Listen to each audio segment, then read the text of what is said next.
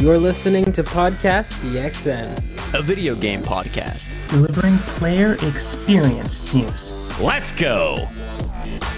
You do not have to miss E3 because it never really went away. And welcome to Podcast PXN, episode 195.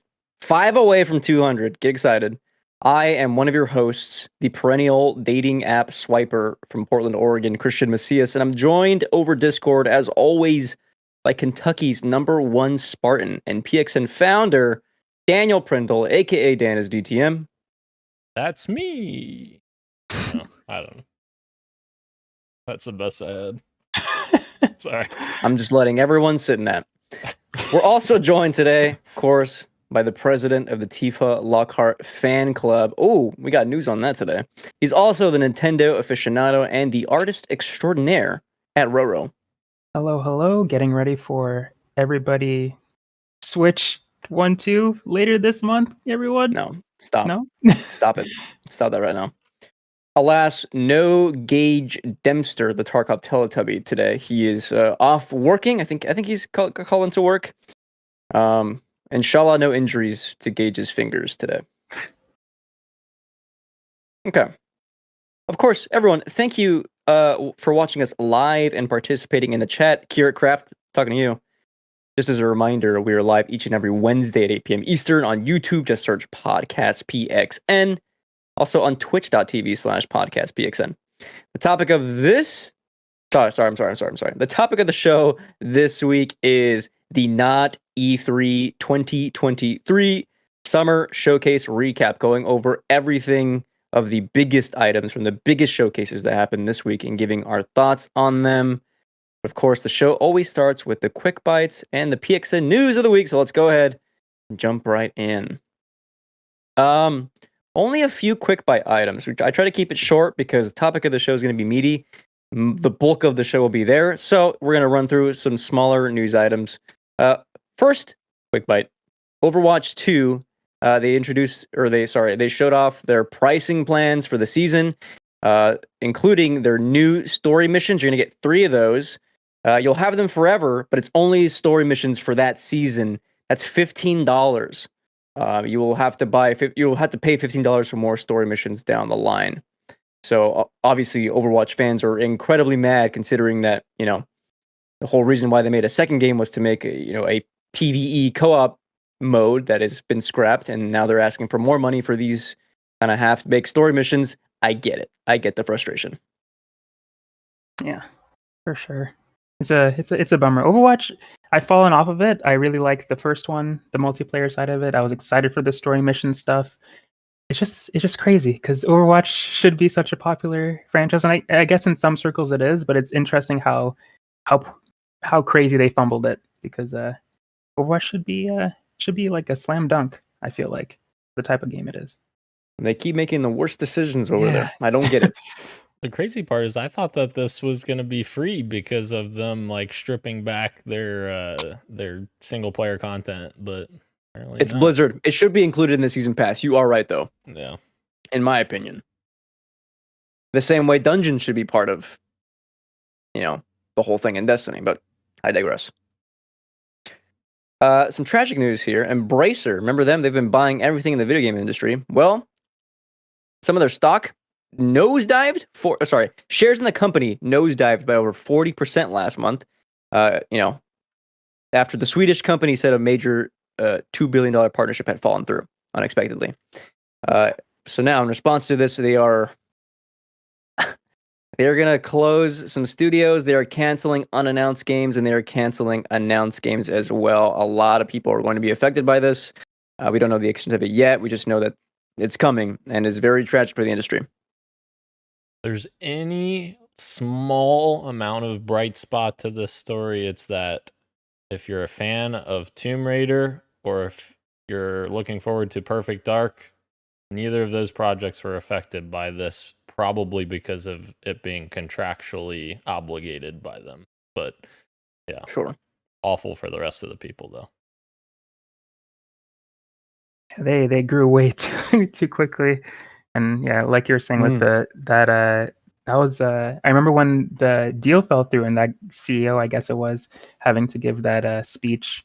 It's like, oh, we're really sad about this, and he looked very sad, very Yeah. sad. But yeah, he I think they just bit off a little too much at the front there. Kind of should have taken it a little bit slower, obviously.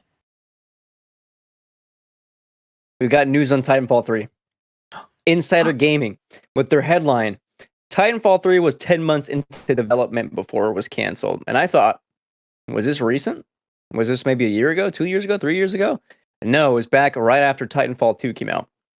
But it makes sense. So in this interview with Mohammed Alavi, the next developer at Respawn, they were talking about kind of the response to Titanfall 2 and their immediate kind of work on Titanfall 3. In this interview, I'm kind of just breaking it down. That way I don't have to read. It's kind of a lot of quotes. Essentially, the story team for Titanfall 3 was creating levels, but they were nowhere as kind of revolutionary or evolutionary from Titanfall 1 to Titanfall 2. There was nothing that was better than Titanfall 2, he was saying, essentially. And the multiplayer team that was still working on Titanfall 2, working on that game right after launch. So there was nothing quite ready there for Titanfall 3. And they were saying kind of like, look, a lot of people like Titanfall 2, but it's a small group of people. And those group of people that like it are not in it for the long haul. Like, it's kind of a harder game to like, it's intense, right? So like, even people who are used to like more like Call of Duty shooters and etc., because of the way Titanfall works, it's harder to maintain an audience over a long period of time. This is when PUBG came out. Suddenly a bunch of developers on the Titanfall team started playing PUBG, were enjoying it so much that like this is when Titanfall 3, or what it was going to be, then shifted into Apex. And now we have Apex. Interesting. Like every time I hear the stories that have been coming out where they like there's behind the scenes things where, oh, there might be a Titanfall 3 coming, and then it's announced that it's something else, and I'm like, why don't they just make Titanfall 3? But I guess they have the numbers and they've done the research, and I think it's, I guess, for the best that they just don't make a game for the sake of making a game, and if they don't think that the game is going to be better than what they've already made, I think it's, I guess, honestly, a smarter move to not release it and put out a game that they can't be proud of. So, I mean, good on them on that part. I'm sure there's a lot of people out there who would love this to happen, but I think it's probably a smart idea, I guess. I agree. Yeah. Adding one quick thing here too. Oh, I'll type it here. Last quick buy item. A new football game, soccer game, is coming. This time from 2K and in Lego form. A new football game titled Lego 2K Goal has been rated in South Korea. Now, I don't know if I'll play this, but I'm looking at this image. It looks insanely cute. I don't know if it has anything to do with the actual game, but I don't know, man. Just more Lego games, you know what I mean? Like a Lego soccer game. Cute enough. I wanted to mention it. Yeah, that sounds pretty cool. I'm surprised. Do something different. Yeah, I'm surprised 2K hasn't gotten into football in the past. Honestly, look at you. Look at you. I know. I decided to go with it. I was like, all right, but yeah, that is cool. Cool. That's it for our quick bites. And guess what? Our news of the week is our topic of the show. So hold off there. Hold off. Just wait for us. Wait a couple more minutes. Instead, we're going to move on over to our fantasy draft check-in. Last week, Ro had picked up Dordogne. Nailed it. Thank you. Reviews are out. Currently on OpenCritic, that is sitting at an 81, correct? Yes. Correct. That should be 11 whole whopping points for Roshan Warner. Yes. Let's go. It was at 79 when I checked last time, so I'm glad I went up a little bit. But heck yeah. Proud of this team. I think this is their first published game as well. So hell yeah, good for them. I completely forgot that I had picked up Final Fantasy 16 at some point. Oh, I guess when we did the beginning of the year. Yeah. Give me some points next week. Yeah, give me some points next week. I still can't believe I picked up Hellblade 2, and then literally 2 days later, I had to drop it. I just so sad. Love to see it. So That's one of your drops gone and wasted. Yeah. Love it. Sweet. Hold on. Control Shift T. We haven't done this in a while. Let's look at the current lineup of points. Florida Man Publishing. That is Gage. He's at 11 points for his fantasy draft this year. Saliva Gang PDX. Oh, I'm sorry. Go ahead. I just want to remind everyone as well, he has a budget of $2 left, which is not enough to buy another game. But we did find out that you can trade games for money. Right. Oh. I But is did, anybody going to but- help Gage out, though? No. I would, I would if he gave me a good okay. game because I got some money. But I think that's something you have to turn on because I didn't see anywhere where in our league that you could use do trades. So And it might be at the beginning of the year before you Yeah. even start the thing. So next year maybe. Gotcha. yeah. Or Gage does have Starfield though, so points are probably coming. True. Saliva Gang PDX, that's me. I am sitting at 43 points. I still only have 2 games on the dock here, but I gotta buy some games, man. I gotta fill out this list. Big yikes. Roshan, the Lockharts, 61 points. Second place for you so far. And I guess that's it. That's everyone in the fantasy draft. Yeah. Halo Infinite will eventually be almost at 343's Halo 3. That's of course Daniel. Man on a mission, 110 points on the fantasy draft.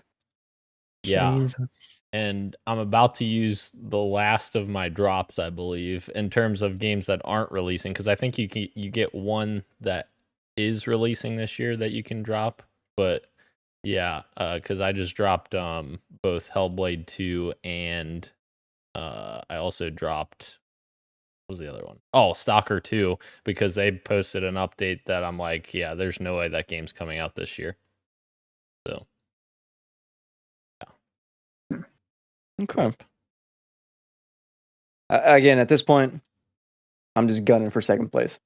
Not even for first. I'm trying to get second. You got some bangers coming. Both of you have some bangers coming. There's an open competition here. We hope. All right, before we get into the topic of the show, let's catch up. What you got for us, Daniel? I went back to Zelda, and started playing some more of that. Just continuing to grind there. The sad part is I don't think I played Zelda at all last week because I was so busy doing 20 million other things. That I went back this week and I looked at my my map and I was like, holy shit, I've only discovered like literally maybe a fifth of the map. And I think I'm like 25 or 30 hours in. I'm like, well, it's gonna be a while. Pump those numbers up. Yeah. So yeah, having a lot of fun still with Zelda, of course. But also, I just wanted to pop this in here as well. Thank you to anyone who watched my predictions videos for Summer Game Fest, because I like doing those every year. My Xbox predictions somehow got 2,000 views, which I've never had that for predictions videos before. So I was like, that was really cool. So yeah, if you watched, thank you. Let's go. Congratulations to Dan. Pumping those numbers out on YouTube. Heck yeah. Bro? I played a little bit of Zelda, not much, but yeah, I was a little busy myself this week as well with some other things, some projects and stuff. But yeah, didn't play many video games this week, unfortunately. Still with this little time I spent with Zelda, it was good. I'm excited to get back to it. Hopefully, some Street Fighter 6 in my future. I'm hoping. I still want to get that game. Still want to try that out. But yeah. The jiggle physics keep popping up on my Twitter. That's all I'll say. That's all I'll say. Dead or Alive is back. I forgot about those games, but you're right. Those definitely did have juggle physics. Of course, for me, more TOTK. I actually took a break this weekend. Wasn't feeling well and just did not have the energy to play. But I got back into it last night, and I was like, "Oh my god!" I did some stuff in it that like I completely forgot about. Like there was a moment in the trailer where you kind of saw it. Yeah, I forgot I was in the game. I did my first labyrinth. Oh man, I'm kissing 70 hours in it, and I still have only done 2 of the regional phenomena. A lot more to go. A lot more to go. I can't wait to like maybe early next year, or maybe this time next year, be able to freely talk about it with you guys and just like spoil the heck out of it. Just Dude, So I'll be ready to go next month, dude. okay. Damn. Daniel's like, I don't I know. don't know if I will be. Dan loves to not play the games he buys. Yeah.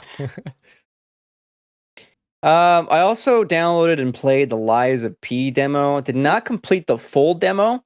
I had seen enough, I think. As you know me, I'm a big From Software fan.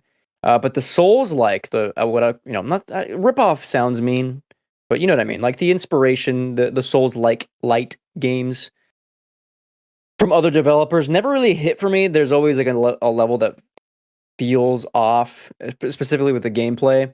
Lies of P is the closest that you can get without it being a From Software game. It's pretty close, but it's still not all the way there. And I've noticed a few people talk about like how, specifically with like the dodging, isn't the greatest in Lies of P. It's not enough to completely throw it off. But my specific thing with Lies of P that I'm like, I'm not gonna play it is that like, yes, it is essentially Bloodborne but steampunk, with Pinocchio. And that can be cool if you're just wanting to play a game that feels like Bloodborne but isn't Bloodborne. But for me, like, the thing that From Software has that other games don't is this level of atmosphere and overall, like, mystique and je ne sais quoi, and almost a layer of, like, bit of the eerie and the uncanny going on, like, in everything that they do. That feels missing in Lies of P. That's where it feels like the most like, wow, it is such a direct translation from Bloodborne or like From Software, except for this one major aspect where it doesn't feel like the tone is hitting. Like NPCs are too explicit with me. They're not creepy enough. It's like, oh, you're not powerful enough for this. I'm like, there are other like small incremental changes that could make it feel like truly like they're capturing the spirit of it, while still being a ripoff, I guess. And for me, it's not enough to like really engage me.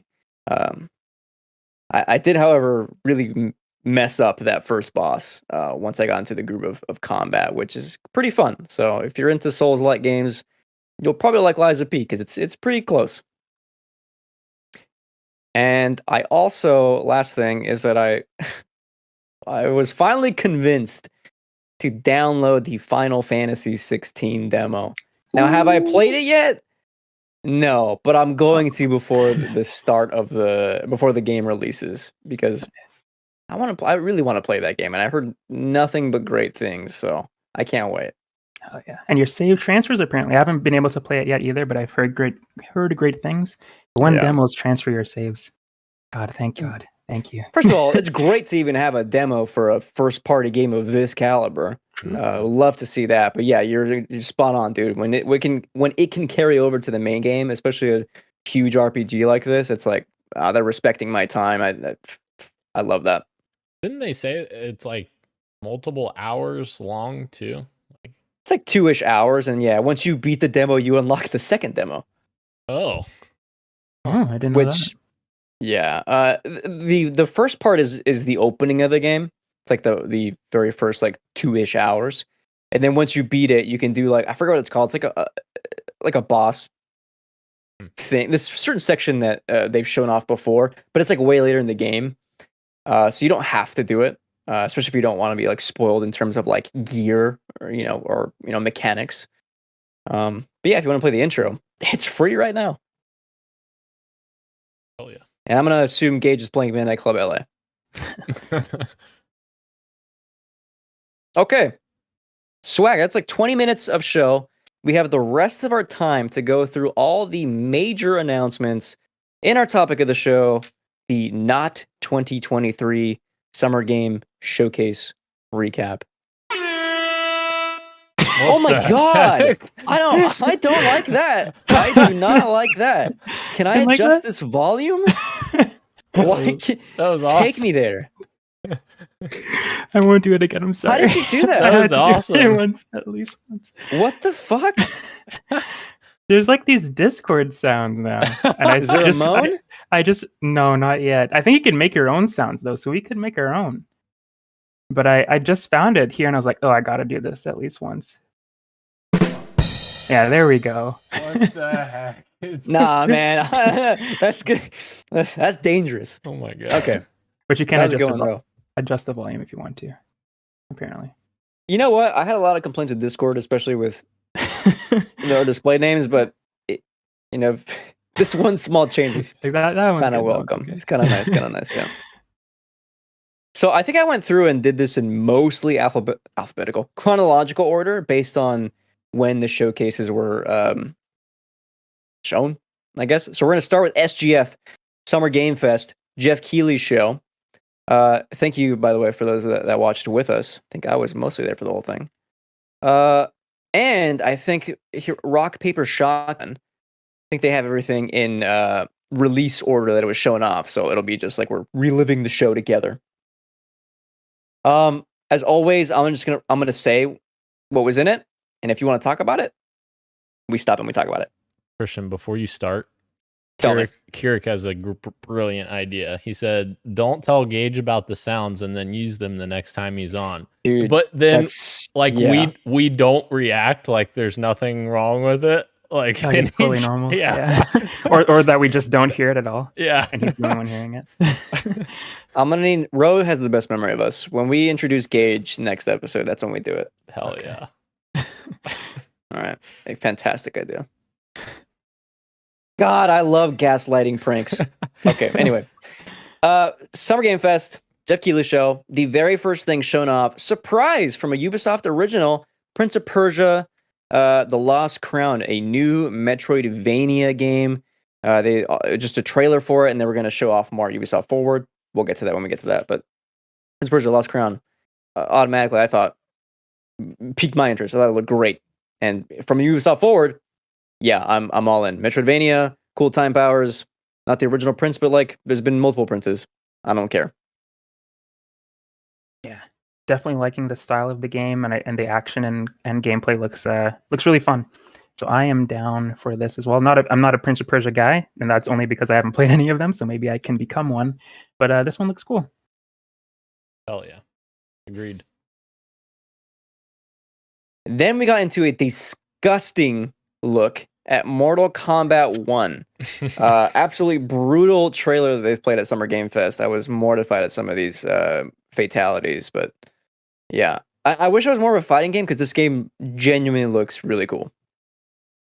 Yeah, I didn't think that they could top themselves in their initial reveal trailer that was CG, but my god, the gameplay was probably even worse. Like that was insane.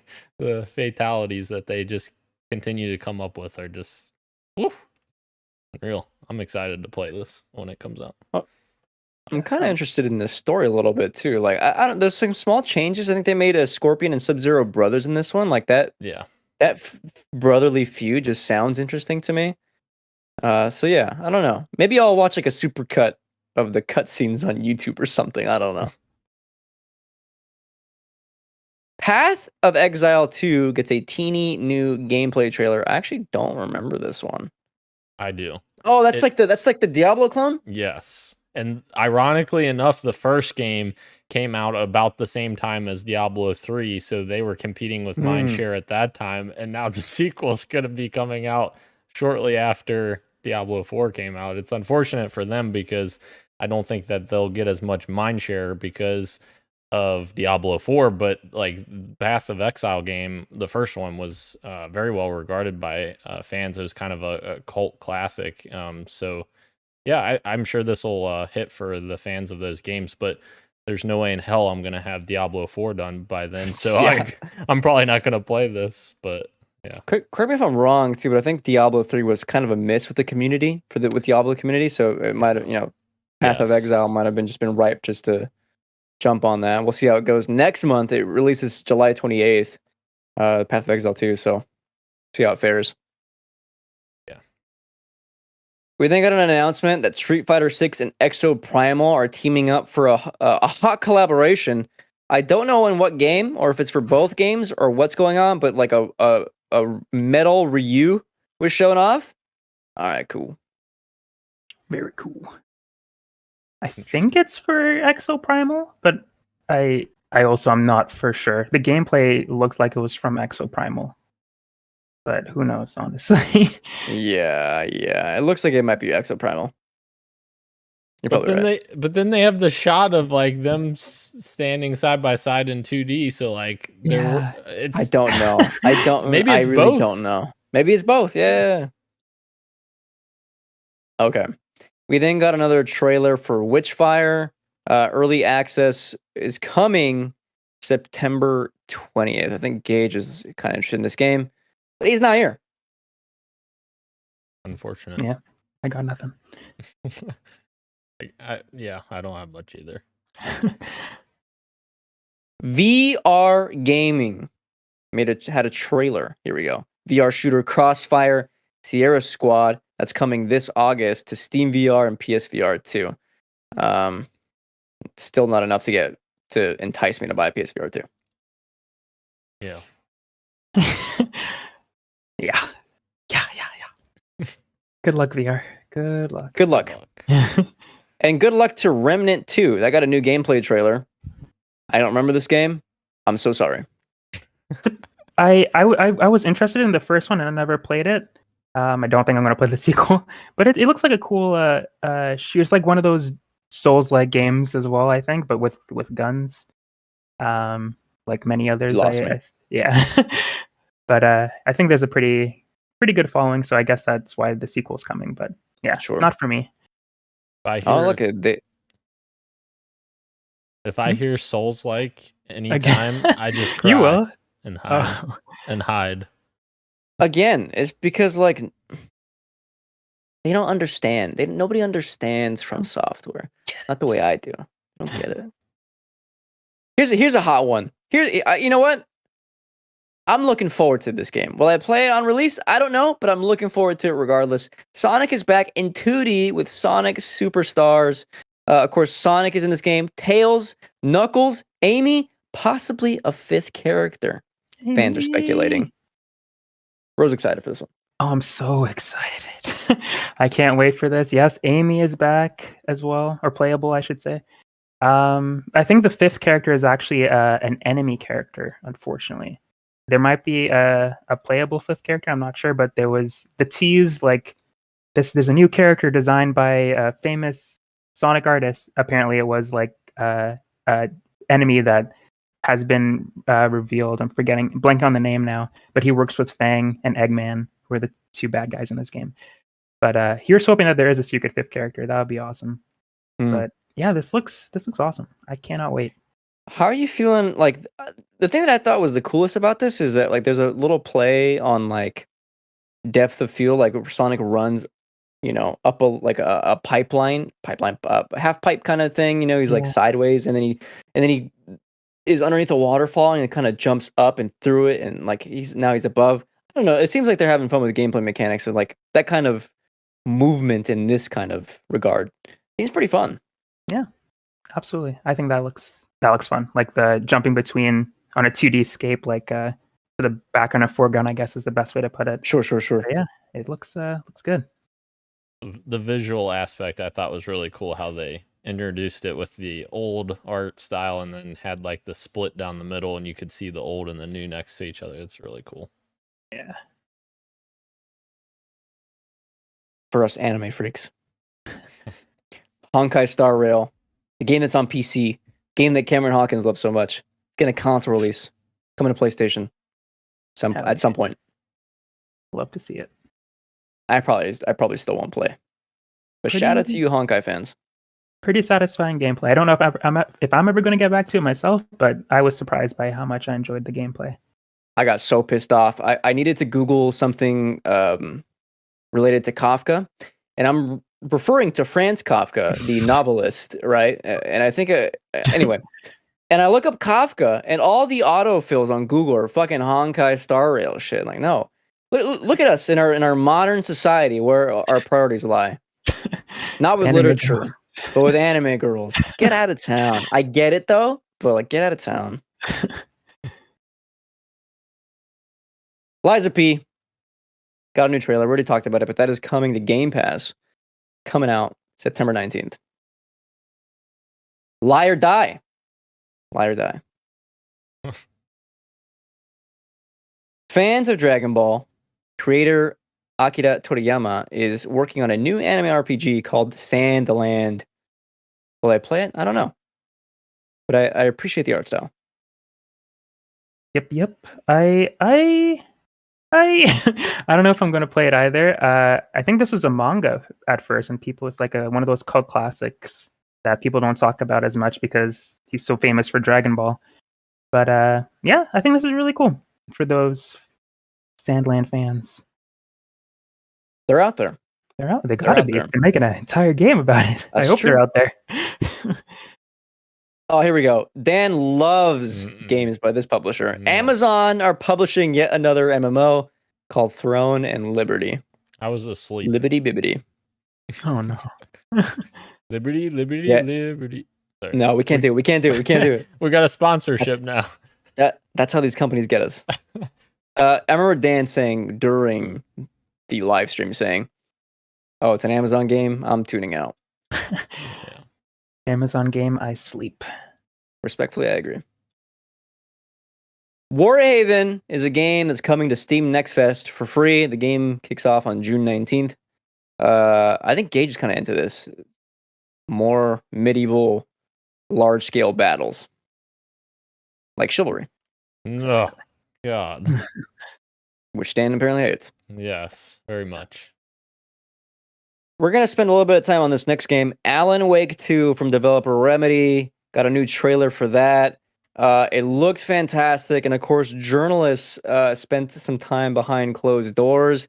And they are really liking what they're seeing from Alan Wake 2. Of course, the first one was heavily inspired by things like Twin Peaks. And now they're saying that Alan Wake 2 is kind of inspired by True HBO Detective. show True Detective. Thank you.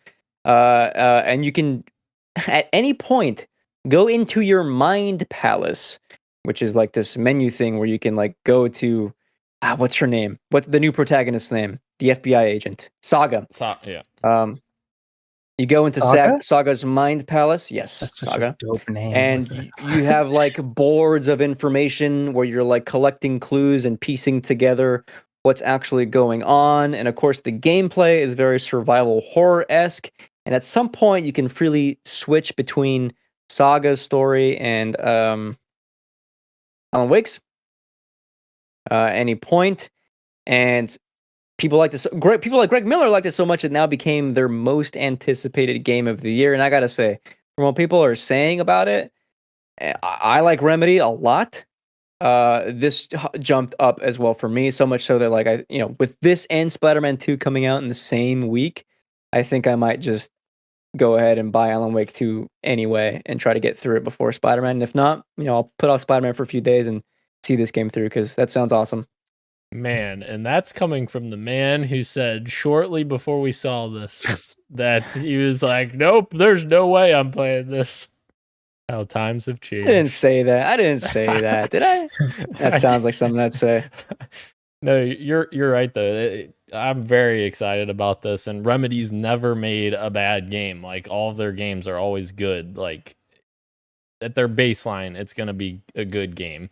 And like I'm very fascinated to see how the storyline, like if they're able to pull it off to where you can literally jump between Saga and Alan's story and like have it make sense and not be like jumbled. Like I'm very fascinated to see how that works. And obviously I'm sure they'll have like separate stories, but like obviously it's going to be intertwined somehow. So yeah, right. I'm interested to see how they kind of do that with giving the player the freedom to switch between them whenever they want. It's very, very fascinating. Such a perfect time to release it too. It's mid-October or towards the end, 20-something or 17th, something like that. Yeah, I can't quite remember. I think it's 17th. Yeah, because Spider-Man 2 is October 20th. Yeah, so October 17th, perfect time to be playing a game that's like leaning into survival horror, which, I mean, in that snippet of gameplay we saw from this trailer, looks really cool. And it's still very much Alan Wake, where you're using the flashlight, using the environment to like light up and stun enemies. and then shoot them afterwards. But leaning more into survival horror rather than like I guess action. Having the camera up closer for it to be a bit more grounded feels like it's gonna work a lot better for me in terms of getting me in and staying in. So yeah, I'm really excited for this now.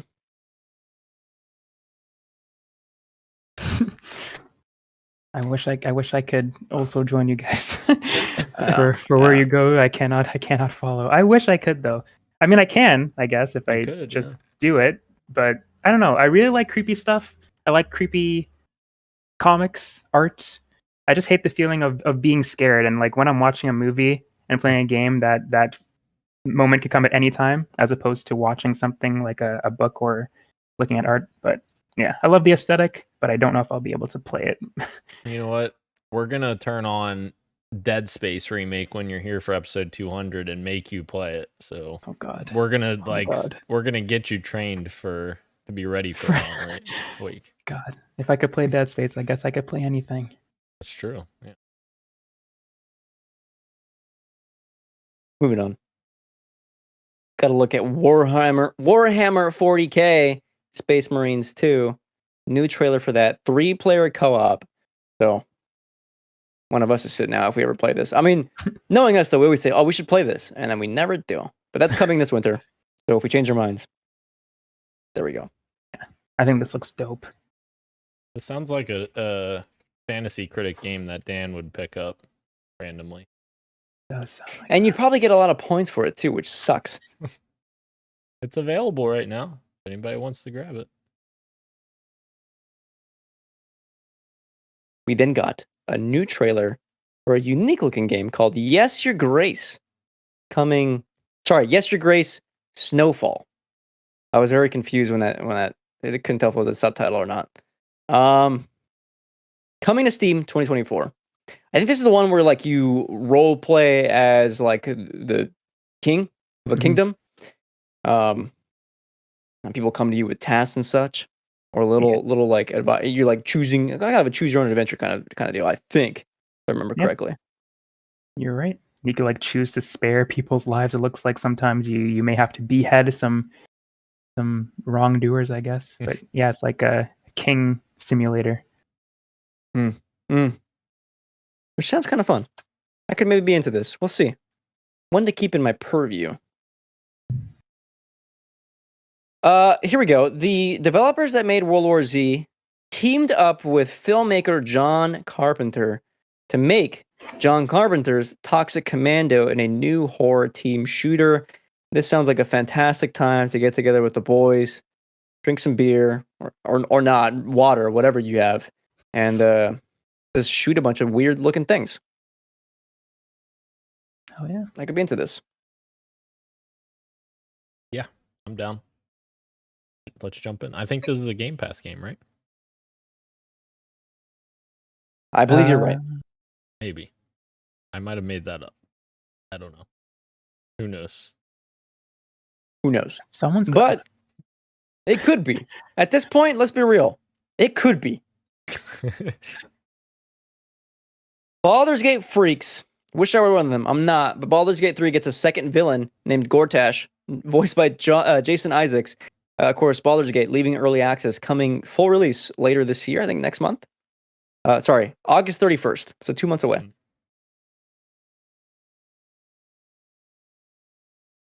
Big ass news dropped here. Spider-Man 2, not coming to PC yet, but it is coming to PS5 this year, October 20th, 2023. They did it. They came out with a release date after days ago saying, we're not going to put out release date until the team is confident in it. They lied to us. They already knew it. They just were holding it for Geoff's show. God. Very cool. Can't wait. And the art that they showed off. Ooh, and the collector's edition. Right. And the suits that are at bonuses. God. Can't wait. Cannot wait. Real good.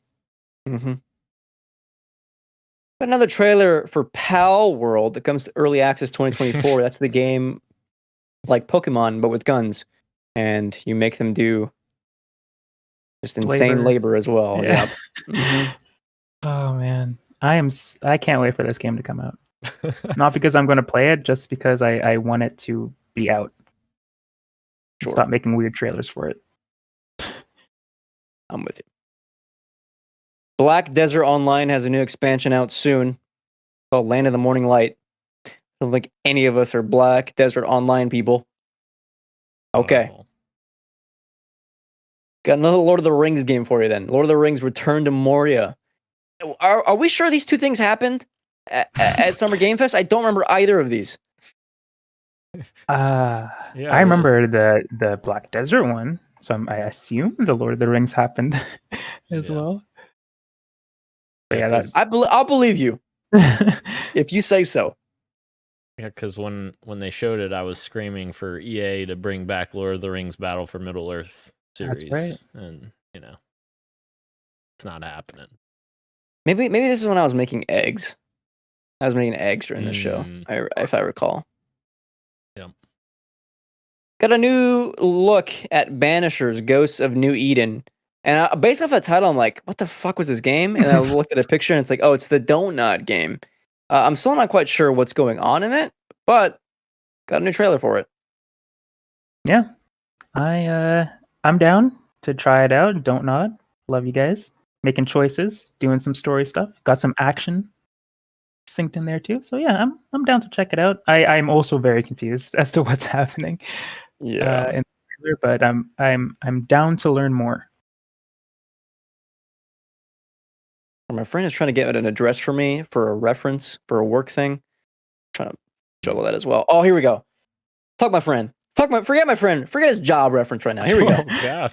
Got a new trailer from RGG Studio, Like a Dragon Gaiden, The Man Who Erased His Name. It's coming. It's coming to too many games this year. I just said to my friend, I can relax. There's no games coming out in November or December. I can catch up on the big AAA releases of the fall.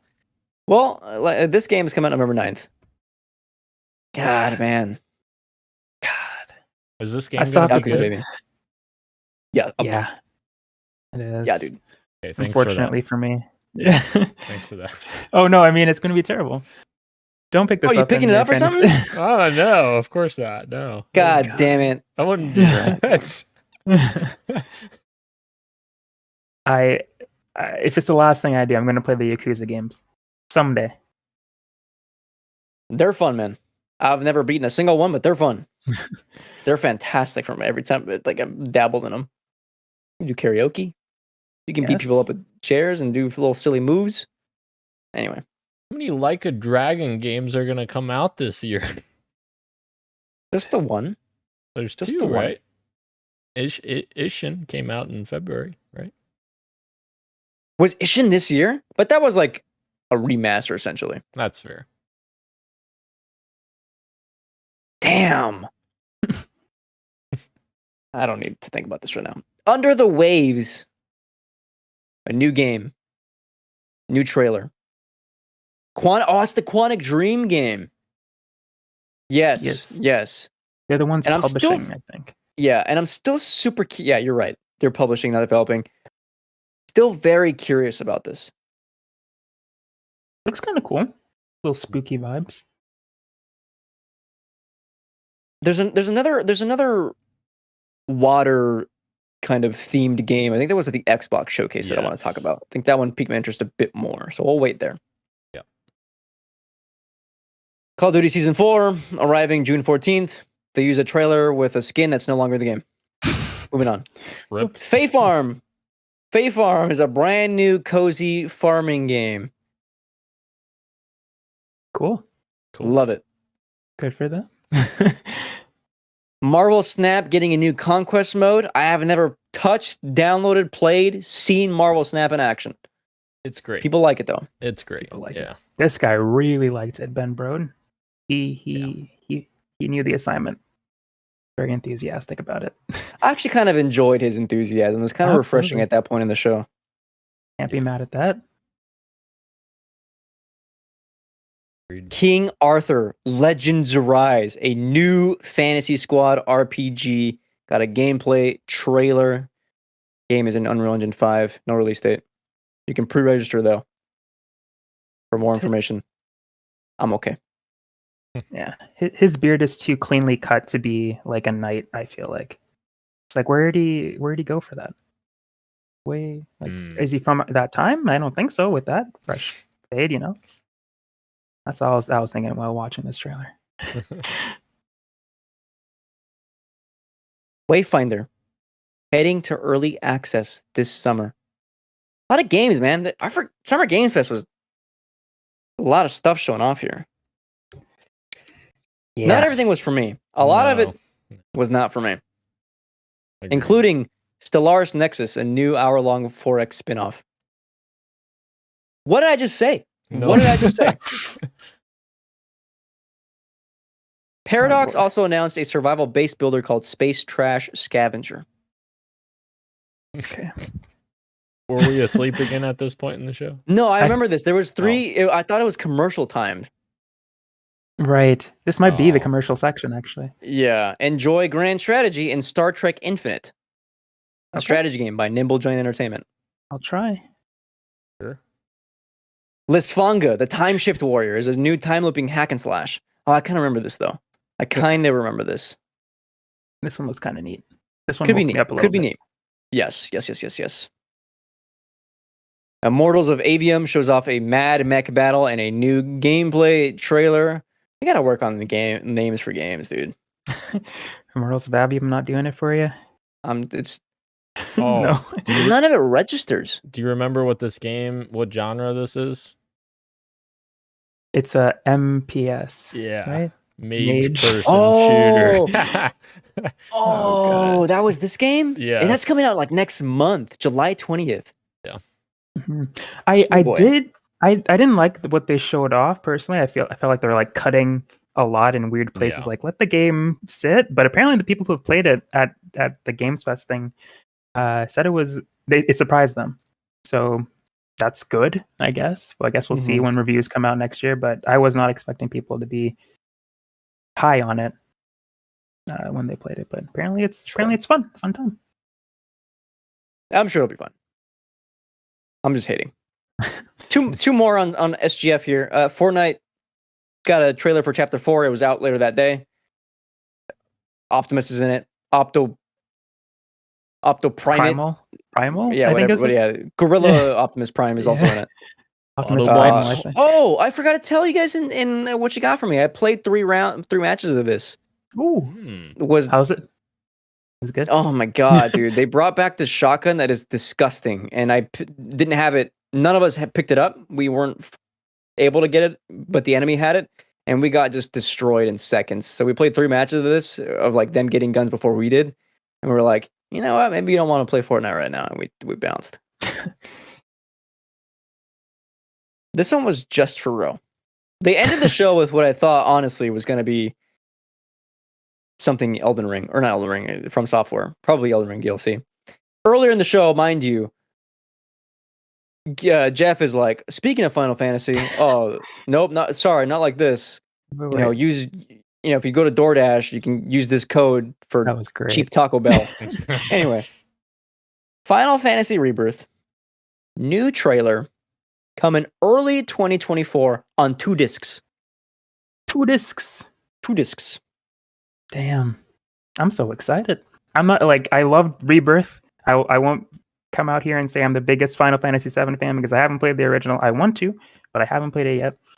But everything that they showed off here got me excited. I love the open world stuff. I love Tifa. I love the combat. I love Tifa. You know, it looks great. It looks great. Oh, I respect your commitment to the bit, dude. Yeah.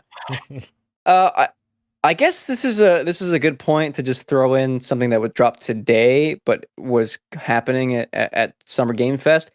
Journalists. Oh, I'm sorry. We'll just stick with Final Fantasy VII real quick. I don't want to jump ahead. Cool trailer. I am still more excited for FF16 than I think I am 7 Rebirth. That's just where I fall. But like, I still am looking forward to most likely checking out FF7 Rebirth. Finally, the open world section from the original game, where the game really, really opens up. So, should be cool. Rewatching this trailer. I'm so excited. Tifa does what? She just looks good. Oh yeah, she does. She does. She got the cowboy Journalists. outfit. Let's go. She did. She got picked up by Sephiroth real easy too. Yeah, I didn't like Just thrown. Thrown. that. What did journalists do? Kirik says I played Final Fantasy VII back when it came out in the 90s and didn't like it, Ooh. but I am so much into the remake. And he says Heart Oh, Tifa. very cool. Heart Tifa, All man. right. Not enough Jess respecters here. Everyone's always, ooh, Aerith or Tifa, and maybe it's Tifa. True. No, Jess Jess needs love too, and I she's can provide underrated. that. There we go. Yeah. Journalists at Summer Games Fest saw a behind the closed doors extended look at Armored Core 6 Fires of Rubicon. And I ate very well today. I went through a thread of Iron Pineapple, which is a From Software YouTuber who broke down some of the stuff that he saw. I went on to GameSpot to hear Tamur's thoughts on it. And then I, of course, went my last stop was Vati Vidya, which is like the holy grail of From Software anything, for a 30-minute deep dive into what he saw. And then he also created assets, by the way. He remembered what the UI of the demo looked like, because the trailers that were shown, we have like 4 minutes of footage that is available to the public, has no UI, but the journalists saw it, and so Vati remade the UI and kind of showed it off for what the final product would look like, and kind of assumed what the person playing was doing, and it was just awesome just to have that level of breakdown. I'll distill it down to this: what everyone is saying is that Armored Core 6 is both. It is entirely a From Software design philosophy game, meaning at its core is challenge. However, it's not entirely Armored Core. They've learned what they've done with the Souls games and applied some of that to the Armored Core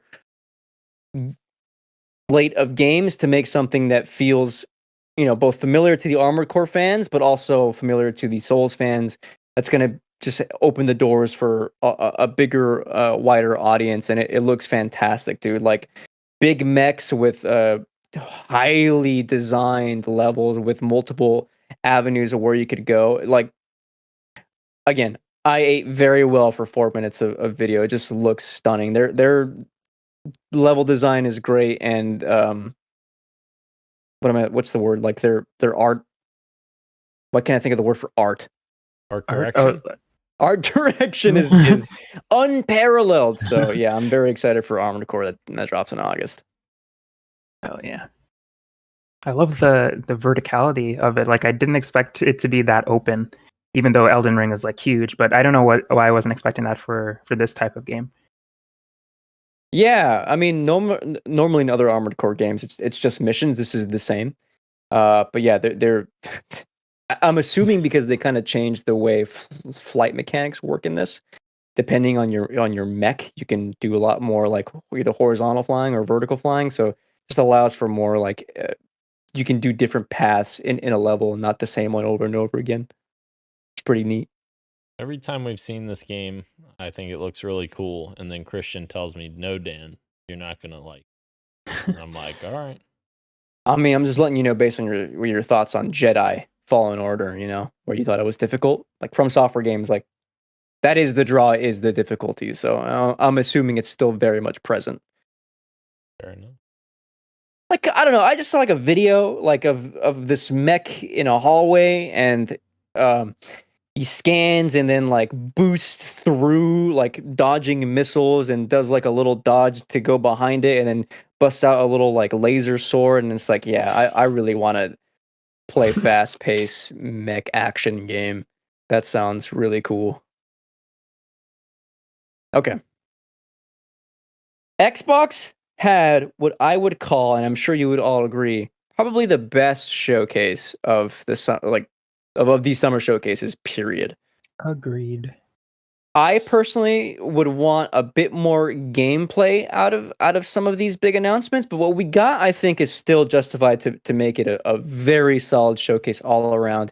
Even at its length of an hour and 15, it's kind of breezed by in my opinion. So let's go through it. I'm probably going to defer to Daniel for a lot of these since he has more history and know-how in some of these big games. But it started with, yes, Playground's Fable, a new look at it featuring the actor from, what's his name? Richard Ayoade.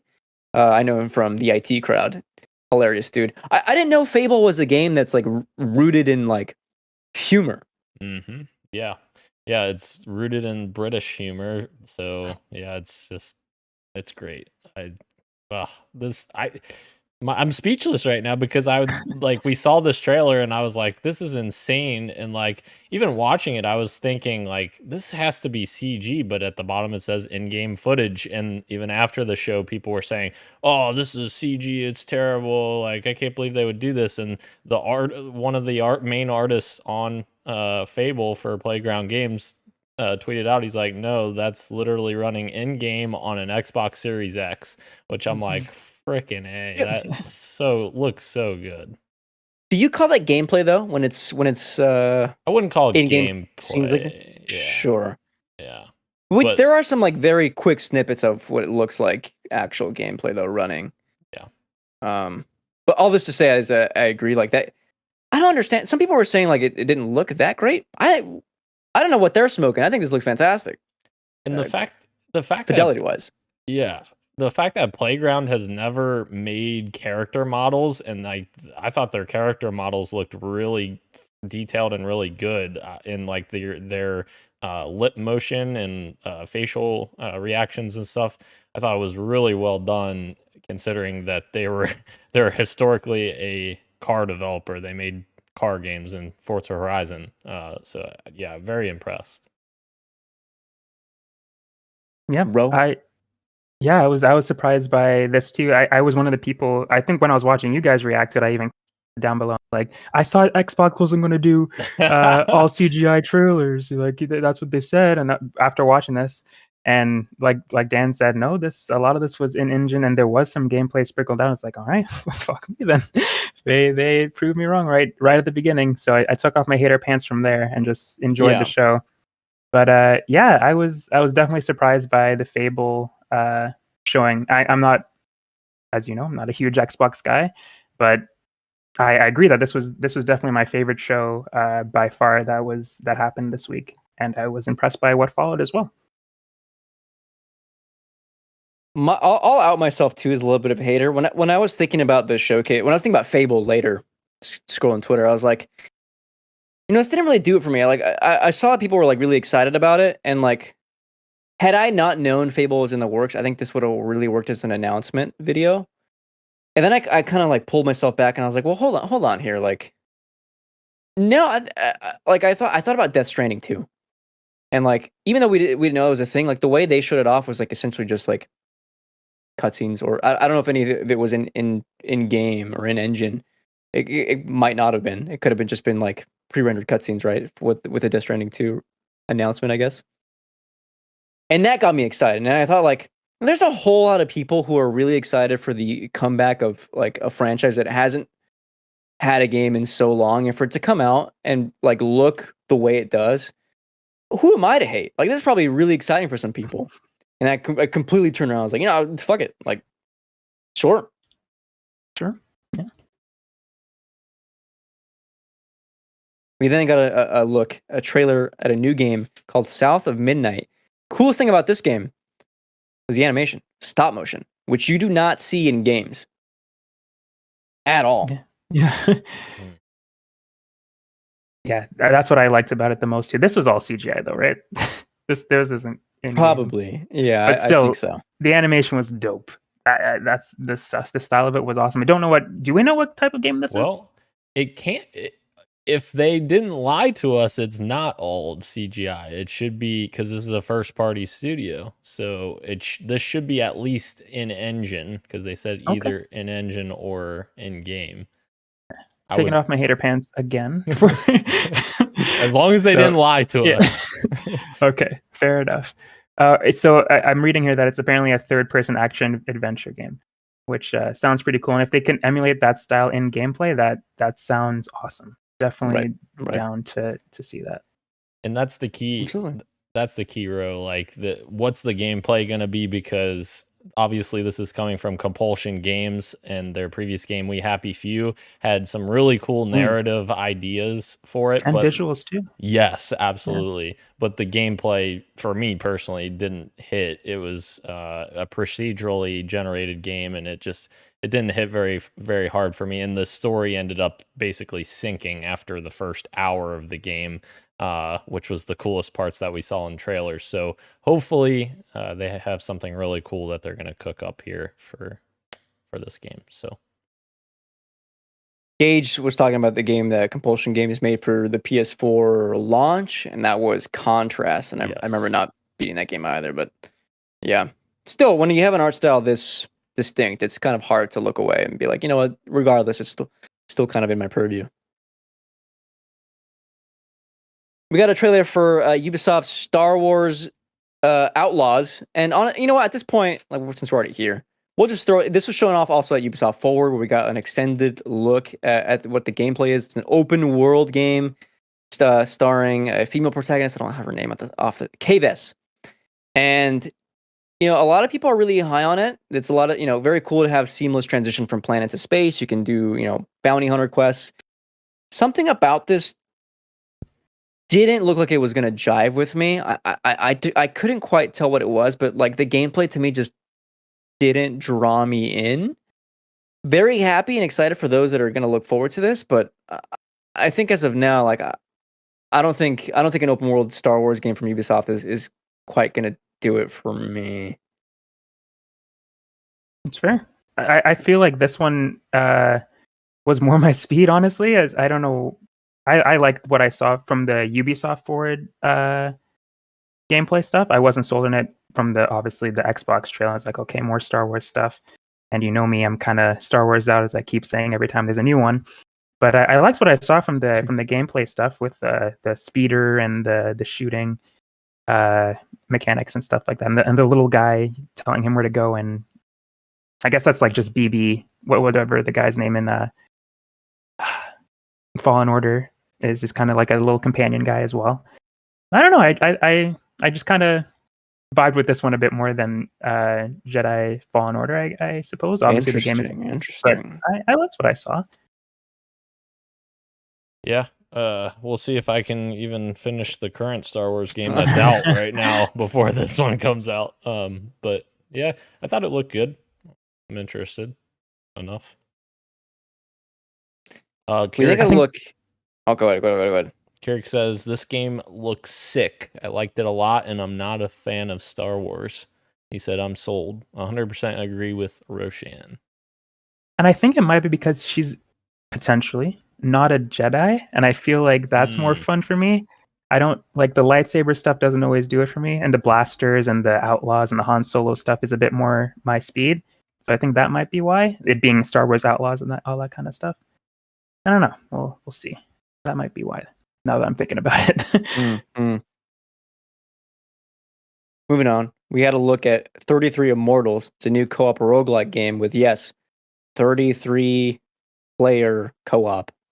I actually don't know if it's populated with other people, because I don't have 33 friends ready to go personally. Right. If it's populated with other players, that could be really neat. Yeah.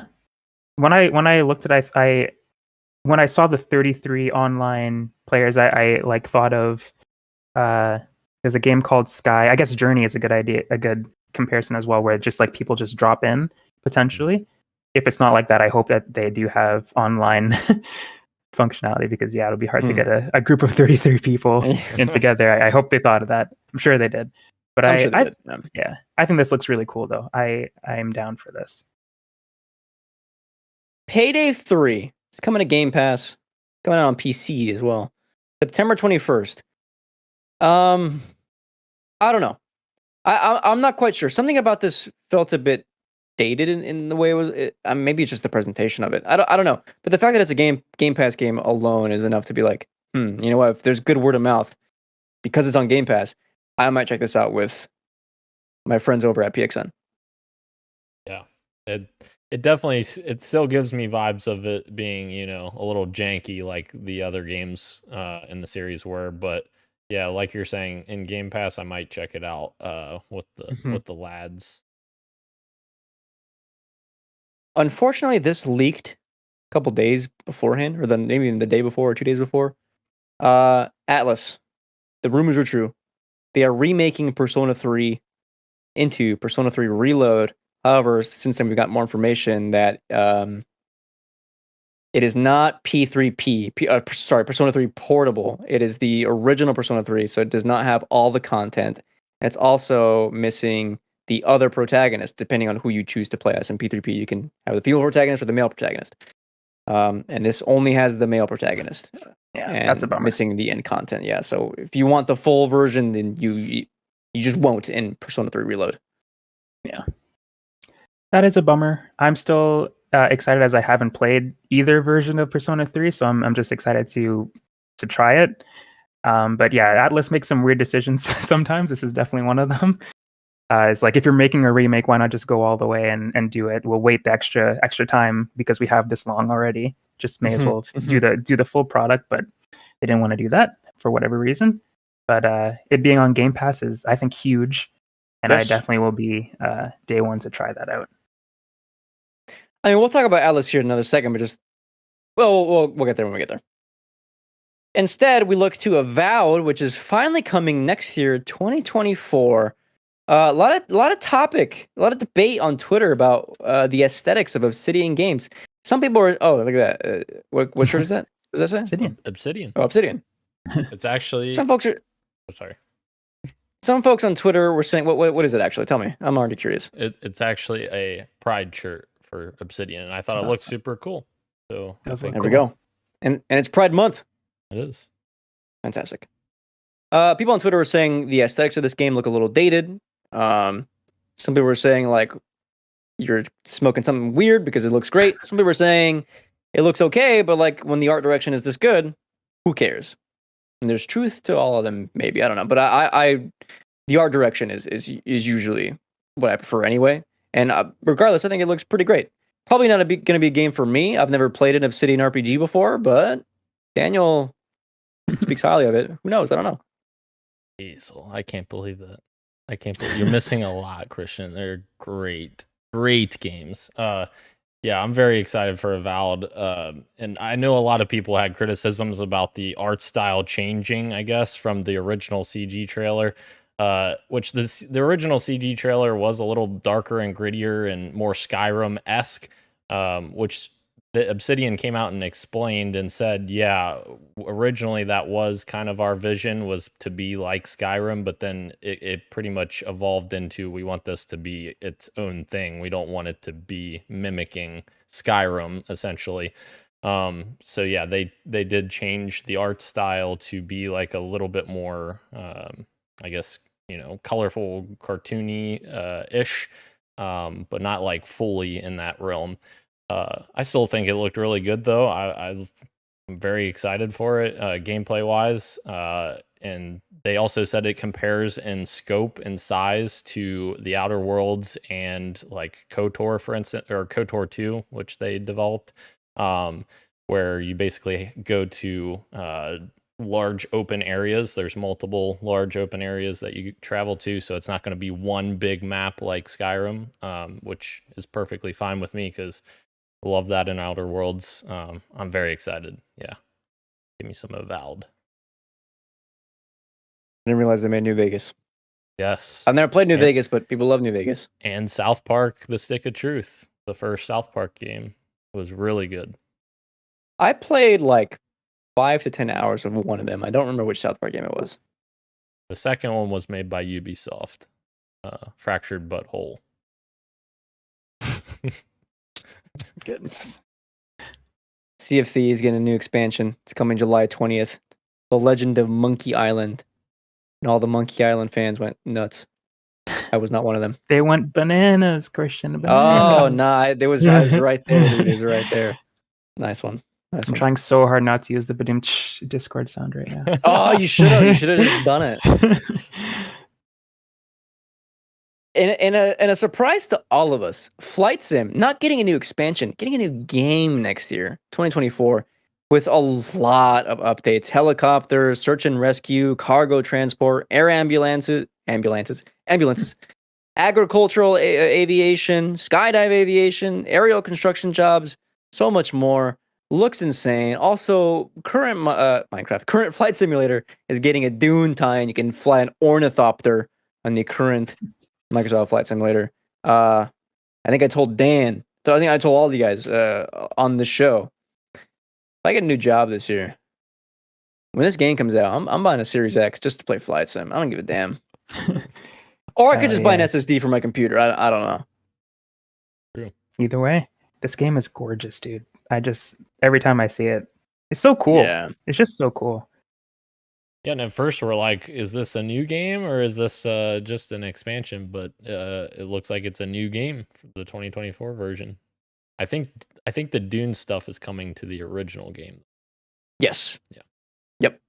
Mm-hmm. Got a new trailer for Senua's Saga Hellblade 2. Dan had picked it up for this year. Well, it's coming out 2024. Damn it.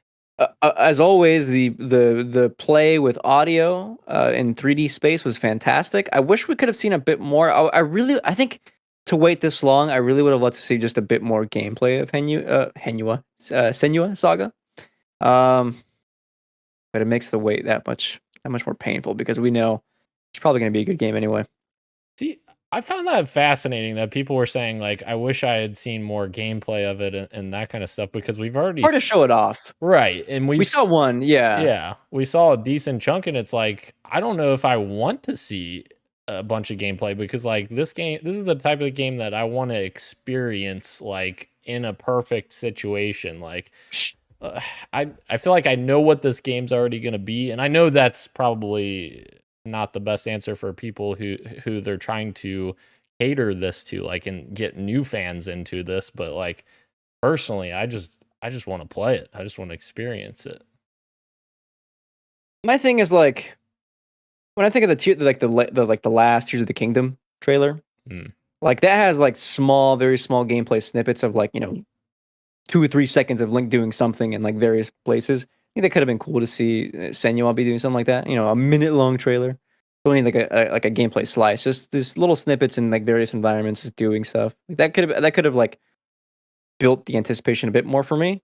But regardless, again, like, this game, dude, like, Ninja Theory, their capture is crazy. Like, Senua looks insanely good. Another gorgeous game for sure. Yakuza 6. Sorry, 8. Like a Dragon 8. It's coming. And it's called Like a Dragon Infinite Wealth. We've got the official title for it. I think that's coming next year, I believe. I didn't know if it was a different game than Like a Dragon 8 or not, but thank God we found online that it is Like a Dragon 8 because I don't think it could handle another spin-off. Oh, when I want to is? get into the series. Yeah, yeah. Because this article says, nope, it's not Like a Dragon. It's not? That's what this article says here, or like under the video. I'm reading this now. Okay, well then I click on that, and then I'm seeing the top article say Yakuza 8 is headed to the USA. That's weird. So is it or is it not? I don't know. That's a good question. Huh. Like a Dragon 8 gets a new title and teaser is what I'm seeing on Game Rant. Oh boy. Oh, that's... What is RGG saying? RGG. What are you doing, man? Well, they have a showcase tomorrow, so presumably if we're confused now, we'll know then. I'm so confused. All this to say, first time in the West. People are thinking it's Hawaii. Crazy. Fallout 76 now Game Pass. Moving on. Next. Kunitsu Gami, Path of the Goddess, a new game coming from Capcom, looked gorgeous, stunning even, rooted in Japanese mythology. Looks pretty cool. Curious to know more when we see more. It's coming to Game Pass though. apparently it's a mix of strategy and action. So there's like, Mm. it's not Mm. fully action game. It's not fully strategy game either. But I'm interested to see what the gameplay looks like too. It was so interesting that Capcom showed the exact same trailer at their conference. Look, God, we're not that going to was- talk about Capcom. Capcom Yeah. showcase was just not very good, dude. No. Forza Motorsport got a new trailer coming out October 10th. Forza fans going crazy. Looks good. Gorgeous game, man. Gorgeous game. Yep. Elder Scrolls Online get a new expansion. The Necrom expansion. When is that coming out? No word. No word according to this article. Overwatch 2 Invasion. That was the reveal trailer. June Of 20th. course, we already talked. June for Necrom. Yeah, June 20th. So next week. Thank you. Yep. Overwatch 2, October 10th. We're not going to talk about Overwatch. We're going to talk about Persona 5 Tactica, a new strategy game from Atlas. Another Persona 5 spinoff coming out November 17th. I think also on Game Pass? Mhm. Could be. Yep, also on Game Pass. Yapperoonie. I am down. I've liked the spin-offs they've done so far. Strikers was pretty good. I'm blanking if they did anything else. But they Strikers did was one good. more. Strikers. I mean, I know they do the dancing games out. They're fun too. The rhythm games. There was one more spinoff because this is the third Persona 5 spinoff, but yeah, I'm blanking right They now. did as well. Royal, but that was just the game, but nicer. That's not a spinoff. Yeah. That's not a spinoff. I can't think of anything else. This is the Don't Nod game I was excited for. It's called Jusant, and it's a climbing game. That's it. That's all I need. That is all I want and need. I love anything like rock climbing, especially like VR. Dan knows this. Rock climbing VR is so fun. When you have a game this pretty, when you're dedicating the game to just be physics based and rope based and climbing, almost puzzle-esque. That is very cool, and I'm immediately drawn in. It looks meditative and fun and something to just kind of zone out to. This is on my radar. Oh, this fall as well. On Game Pass. Right on.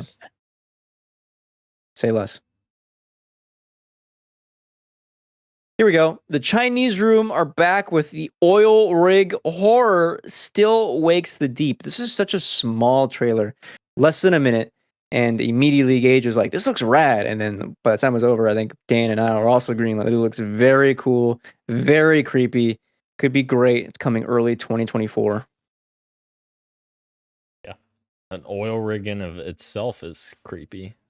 Yeah, dude. I've seen TikToks of oil rig workers or even just like ship workers in the ocean in the middle of the night. Mm-hmm. I'm good off that, Chief. Good. New game, cel-shaded adventure game, Dungeons of Hinterberg was revealed and it's coming in 2024. I don't think I remember this one. I think it looks cool. It's just as you say, it's like an adventure game with a cool art style, possibly a cool story. Not much else to really glean from it. There wasn't any like VO or anything, but it just looks like a girl on a cool adventure across the world. But it looks cool. Incredible. Keanu was here. I mean, it was pre-recorded, but he wasn't live. He was pre-recorded, but he was here. And he talked about Phantom Liberty, the expansion coming to Cyberpunk 2077 later this year, September 26th.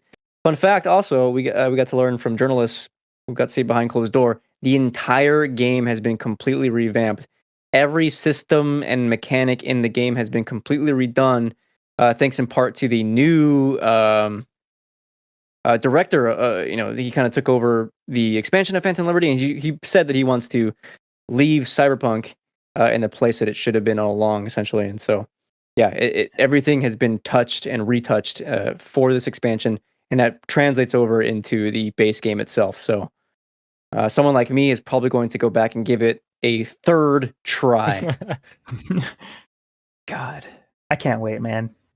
I don't get hyped for DLC, but Cyberpunk 2077 was so fun. So I'm very excited for this.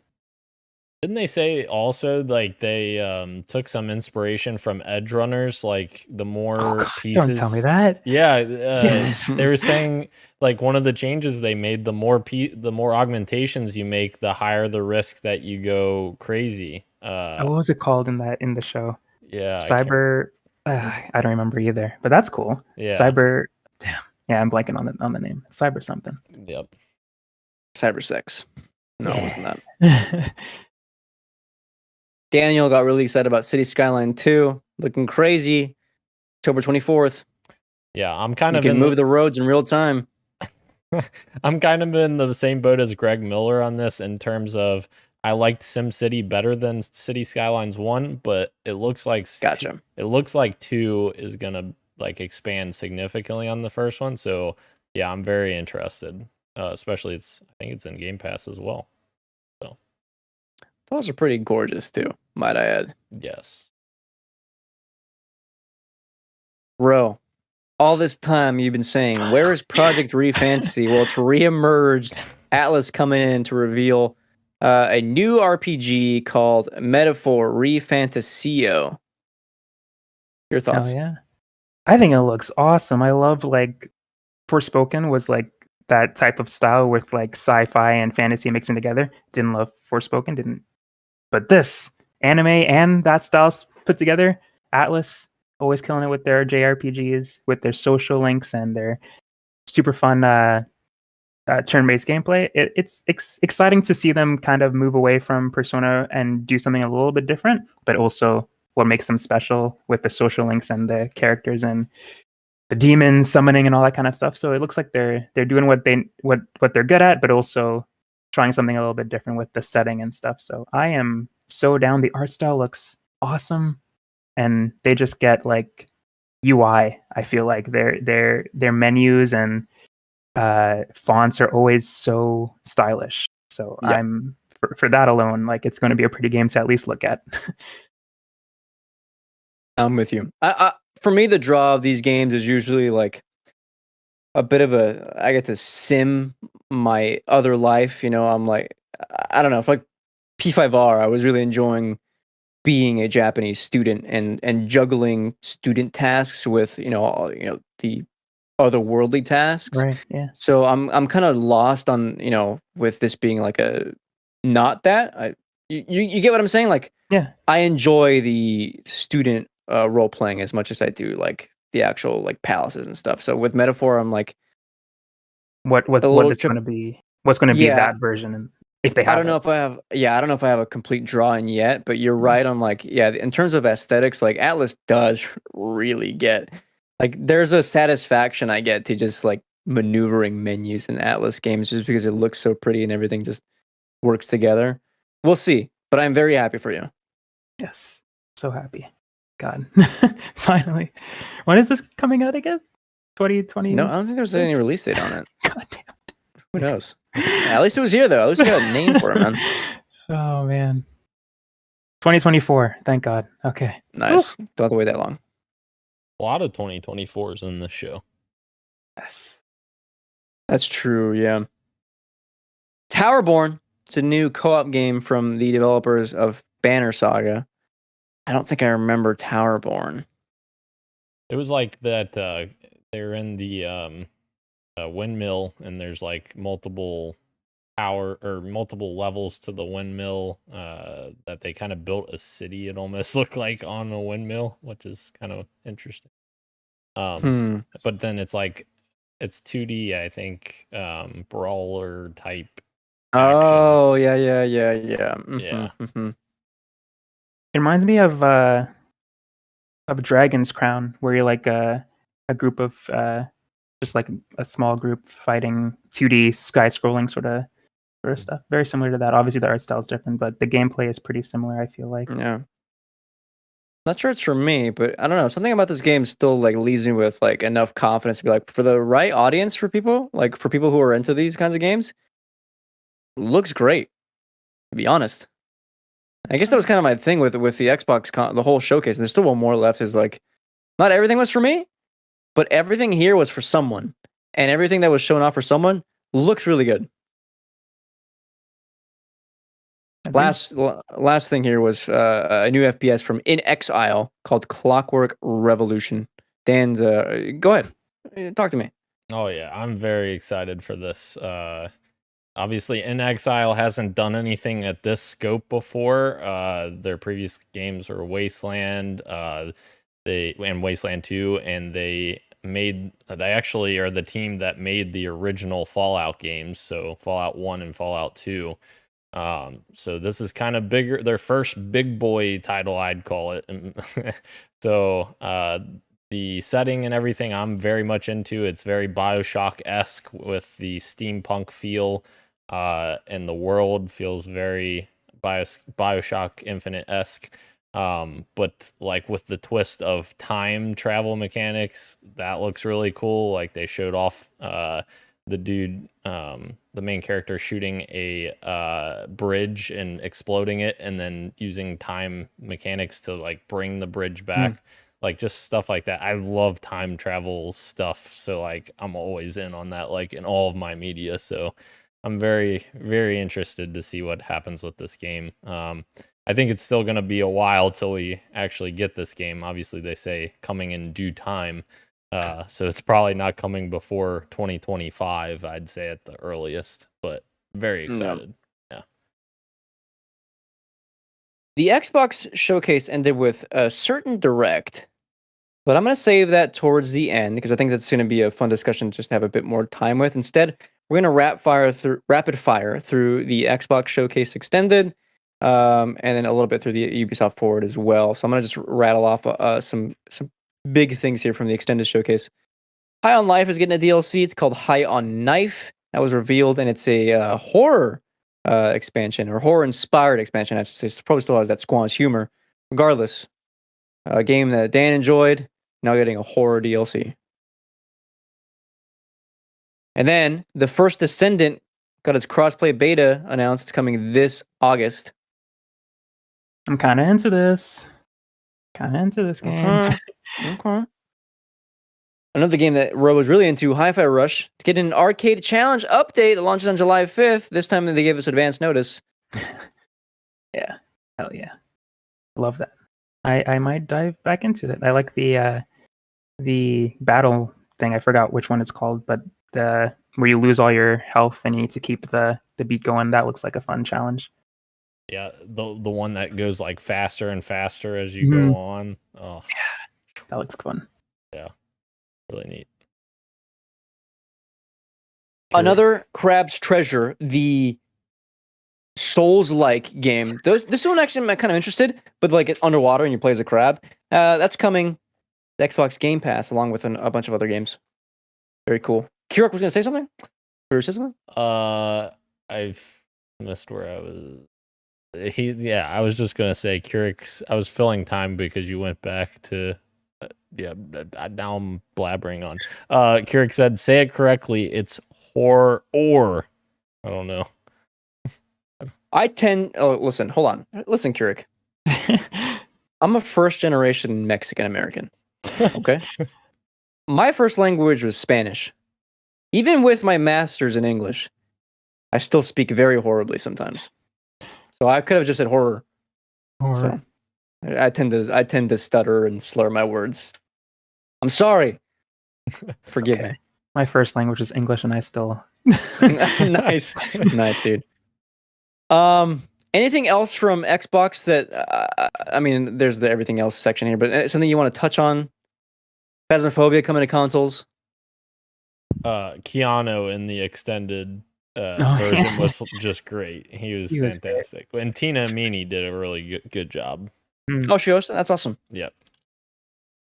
Yeah, I just think the idea is cool. Like, just the extended showcase. Like, don't put this stuff in the full one and make a slog of a show and have a great showcase. And then if the Xbox hardcores can come back later and get an extended look at a pretty good showcase as well. Like, this wasn't boring in my opinion when I watched it.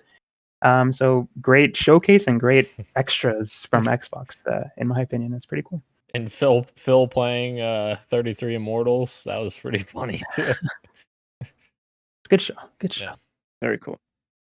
I was in office, so I couldn't watch. I was too, but I snuck my! Snuck it. Ubisoft Forward, they showed off Avatar Frontiers in Pandora and release date of December. I will see it when I believe it, personally. I did not get a chance to watch gameplay for this, but I know Ro did. I did. I'm not like a huge Avatar guy. I like the first one fine. I still haven't seen the second one. Oh my god. And I'm also not a Ubisoft guy, so this didn't do all that much for me. It looked like a Ubisoft game that we've seen before with an Avatar skin on it, par from the flying stuff, but all the land stuff kind of looked like Far Cry to me. But Okay. I'm excited for the Avatar people to what they think, because I feel like their opinion might matter a little bit more on this one. I don't think they're trying to get me with this, but yeah, I will say I was expecting to be more down on it than I am. Like I think it looks like a good game for those who enjoy those types of things. But as someone who doesn't, it's not really going to catch my attention.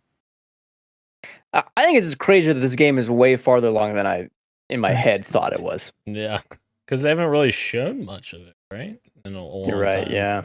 Just the announcement and then this. Yeah. So maybe they could hit December, but I'm still, I don't know. When it's that late, I'm like, and they haven't shown me that much, I'm like, there's a chance it could be delayed. There's a couple of shots that was like, wow, this looks really cool. And then there's a couple of shots that made me feel like Far Cry. But I'm wondering if they did some like Ubisoft magic, which they do often, a la Watch Dogs and other things, where they kind of show the nice stuff, but when you play the game, it's not like that at all. Yeah. I'm hoping that that's not the case here, though. Yeah, I got the same feeling from this. I thought that some of the scripted moments, I'm like, all right, these are really cool, but like, is this going to be indicative of what the game's going to be? Yeah. X Defiant get another open play session next week, June 21st to 22nd on PC, PS5, and Xbox. Preseason, 14 maps, 5 factions, 5 modes, 24 weapons. Roadmap for year 1 will add 4 new factions, 12 new maps, and presumably 12 new weapons. On maps alone, already doing way more than Call of Duty ever did. Oh. Lost Crown, we've already mentioned. Prince of Persia looks great. That Ubisoft gameplay forward, it's like 30 minutes long, was like, yeah, dude, looks fantastic. Captain Laserhawk, a Blood Dragon remix. This is the producer of the Castlevania anime on Netflix. They're doing an anime now of Captain Laserhawk, a Blood Dragon remix. Okay. The Division Resurgence, new anime trailer for a mobile game coming out in autumn this year. Not for me. Skull and Bones. Remember that one? Still happening. And it's getting a beta. It's coming out. I mean, at this point, they've put so much money into it. Like, I think they got to put out and get what they get. Right. Beta is coming out August 25th through 28th. Hey, we got a sea shanty video as well. And I'm cool skipping stuff. it, Ro. And I'm skipping that. Mario plus Rabbids Sparks of Hope DLC is coming out later this year. The Crew Motorfest got a new trailer.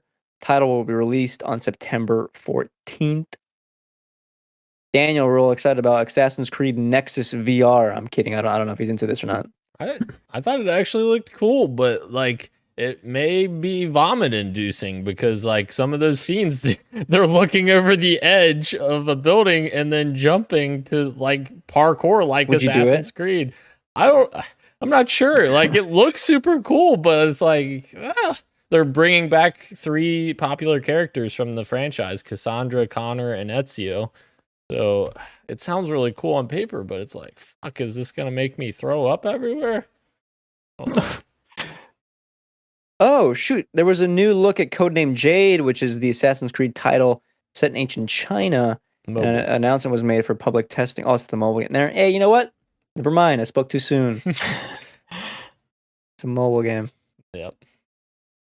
There's a new gameplay walkthrough for Assassin's Creed Mirage, and I gotta say, I saw some of this, and for the marketing of this game to be going back to their roots, and then seeing the assassin be teleporting around. I don't know how much going back to roots that was, but sure. I don't know.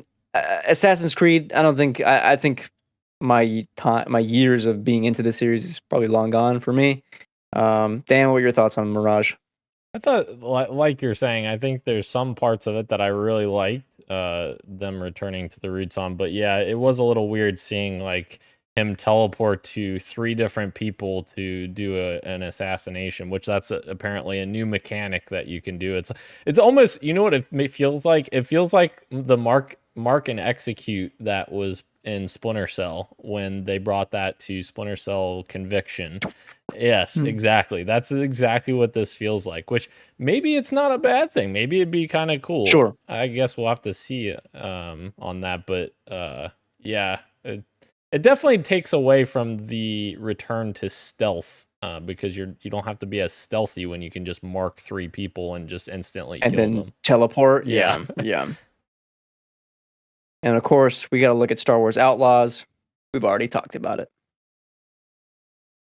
So, before we end on Starfield, any extras you want to mention? I'm not talking about Capcom. I'm sorry. I sat through 30 minutes of that. It was a little bit of a waste of time for me. I mean, we got a more of a look for Dragon's Dogma 2, which Gage is really excited about, but not much information was shown there.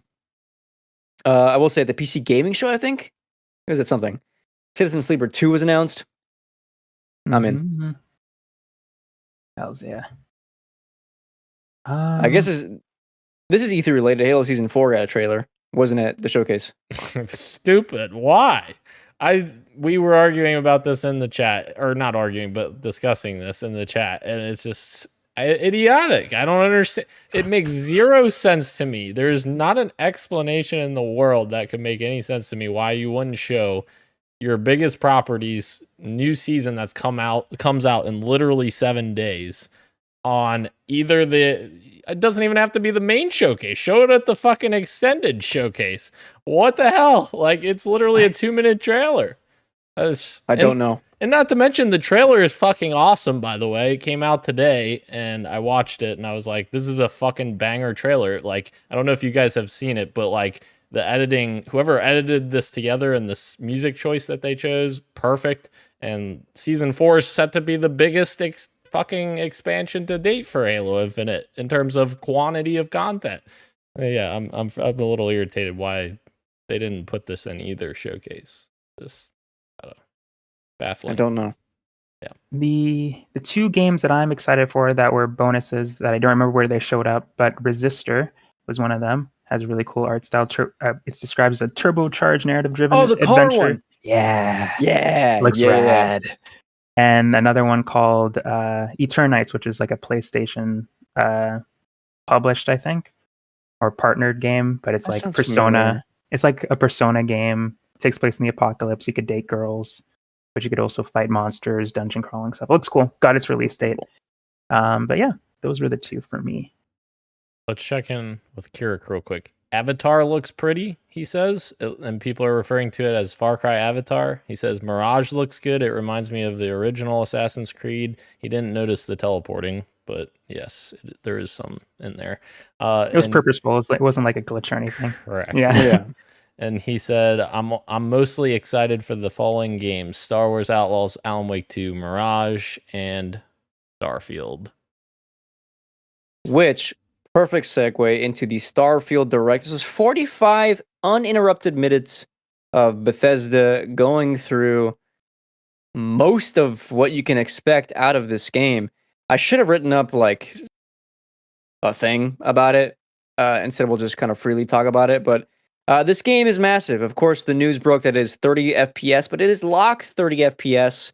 I mean, just if you look at the size of this game, you can kind of understand why. And as long as there's like no real like frame rate dips or a lot of stutter, I think it's perfectly fine.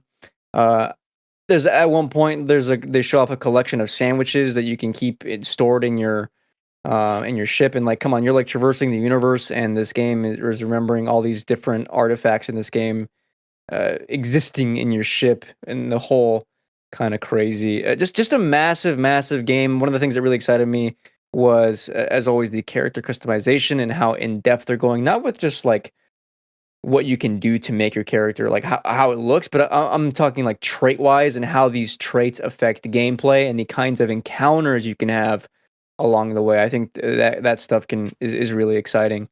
I didn't watch it live. Daniel, what are your thoughts?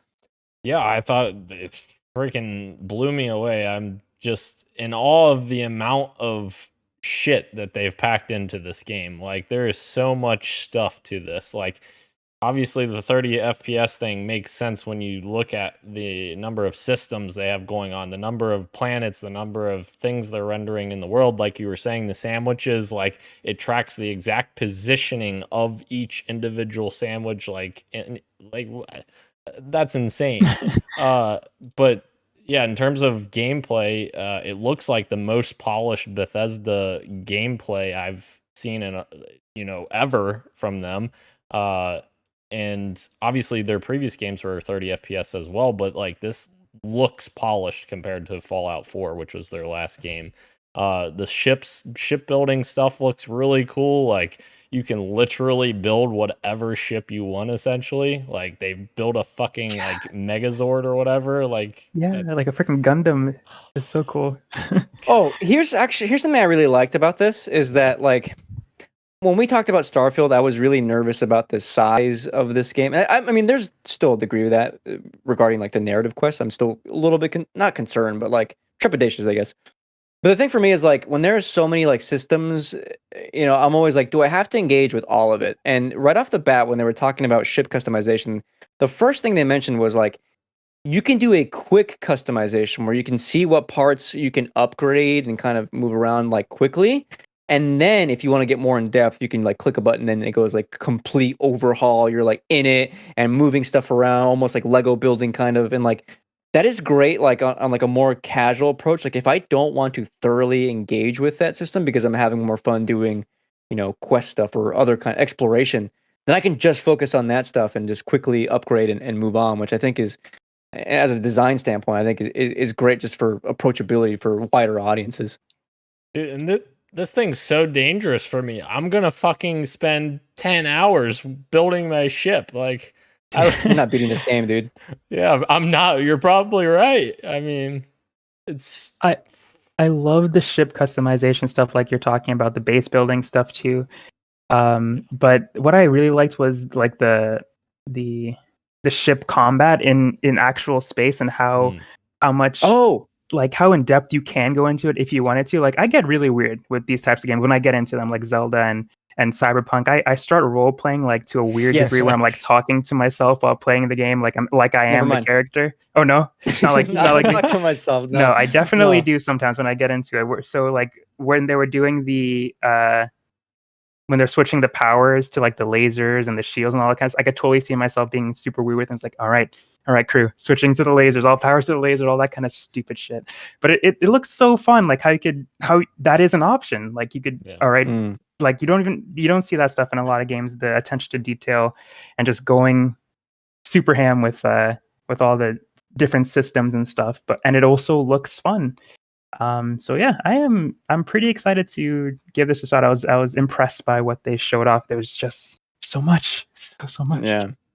What were you gonna say? What do you mean, like not like me? But what do you do? I am so silly, dude. Like I see the way people play games and they're like sprinting through stuff, and like I'm the kind of person that like pretends like I'm the protagonist, and like if the environment calls for like a more slow approach and like walking, I will walk. Yes. You know, like RDR2 was like most of that time spent was like me walking. I'm not sprinting. I'm not exhausting my horse. Zelda, I rarely like am sprinting on my horse. Like it's very much as like I'm just a slower approach kind of role playing no matter what game I'm playing, that kind of thing.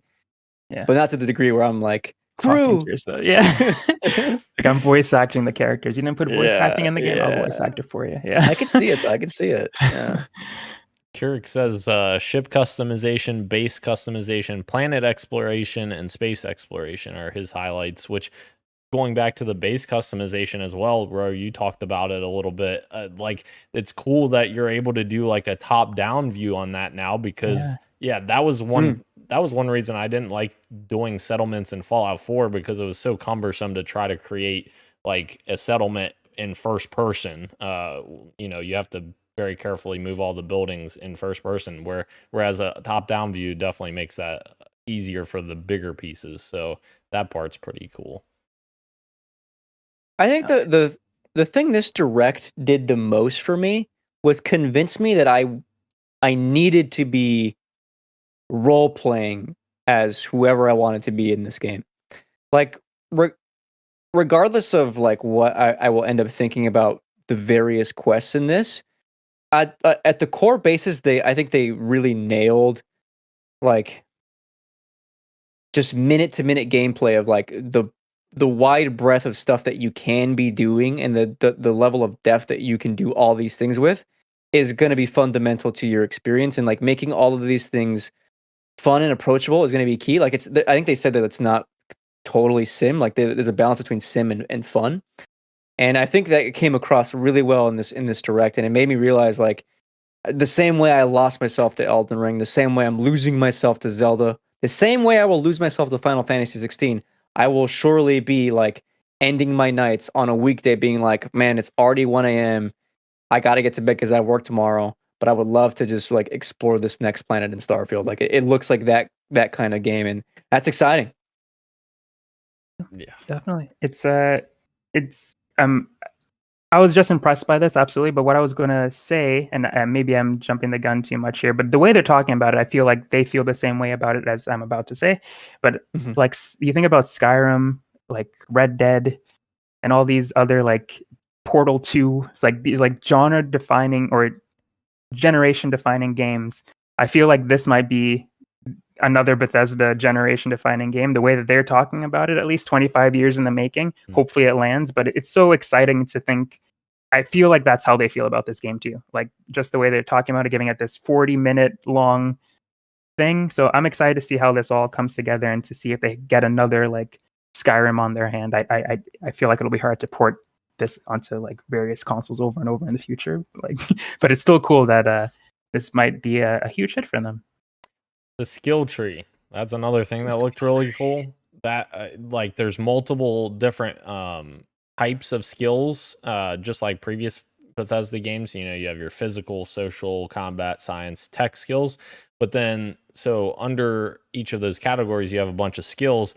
Once you unlock one of those skills, you have 4 ranks for each skill, which I think is really cool and really smart, so that you have to use that skill in order to rank it up. So for instance, if you unlock the lockpick skill, you have to then go and actually do lockpicks in order to progress that to the next rank, which is really smart because it forces you to actually use these skills and kind of experience more of the game that you may not have otherwise, if you're more, looking at other skills or whatever. And the companions too. I was about to bring that up. Yes. Please go ahead. So yeah, the companion stuff is really cool. Like the dude who randomly shows up, of course he's been in Bethesda games in the past, who he just annoys the shit out of you. That's just, and that's so fun. And yeah. I think it's cool that the companions you can bring onto your ship or hire or whatever, like I like that they will attribute like a set of skills. I don't know if it's skills or traits or what, but like to your crew overall. So you can like, if you're missing something and you have a companion, you hire a companion that has like this certain trait, and now you can like do more stuff because they're a crew member. I think that sort of stuff is really cool, and that makes sense. Yeah. Gonna be a cool game, huh? Game Pass game, dude. Insane. That's a Game Pass game. I forgot about that. Yeah. This is out when? September? Yep, September. You get 5 days early access if you get the premium edition, which is also another cool thing that Microsoft has been doing lately, where you can upgrade the Game Pass version for like $30 or something to get the premium content, so you can get the game early and you get the first DLC for included, and a bunch of other stuff that's in the premium edition. So yeah, very cool. I will buy an SSD in August to prepare for Starfield. Hell yeah. A new SSD. I want a second one. Oh fuck! I just thought of something else. That when you're in space and fighting in space, and you can choose to board. Yeah, you can either that's blow them up true, yeah. or you can board them. Yeah, that's so cool. Or be civil. You can, Yeah. you could just talk to them too if you want. Yeah. Yeah. It's I'm really like, why am I getting kind of excited to just sim space as I talk to you guys about it? Yeah, it's a cool game. Yep. Hope it lands. It'll probably land. Before we end the show, of course, we did our Summer Showcase 2023 predictions. I will do my best to get through these as efficiently as possible. I have to start with first a recap of our Sony ones, because we did these already and you guys already heard them, but still worth catching up to see where we are with our predictions. I'll do Dan, then Ro, then me, then Gage. Dan for Sony said, Team Asobi announces a new Astrobot game. Nope. Blue Point announces a Bloodborne game. Nope. Bungie's next project, Marathon Revival. Yes, that was 1 point for Dan. Sony, Eternights release date. Now, that wasn't at Sony. But Eternights did get release date. Are we giving Ro the half point here? No. No? I don't think you should. Okay. Then No. all right. Make it easier. It works. Zanzaru game is making a new Sly Cooper game. We wish. No. Persona 3 remake teaser. I'm sorry, bro. You should have said yes to your thing earlier. No. God damn. Kojima Kojima Productions teaser for an unannounced project developed for PSVR 2. The only wish would be a system seller. Didn't happen. Stellar Blade gets a gameplay trailer with a release date for October. No Stellar Blade. L. Blue Point announces a new game. Is not Metal Gear Solid. Is a new IP. No. No points. Oh, by the way, I said not for points. FF7 Rebirth gets a release date for December 8th. Sorry. Nope. That release date is for Avatar, Frontiers of Pandora. Yeah, the way Final Gage, Fantasy. you have to wait. Gage said for Sony, Tlu Factions gets gameplay and release date. I wouldn't even know the state of the game anymore.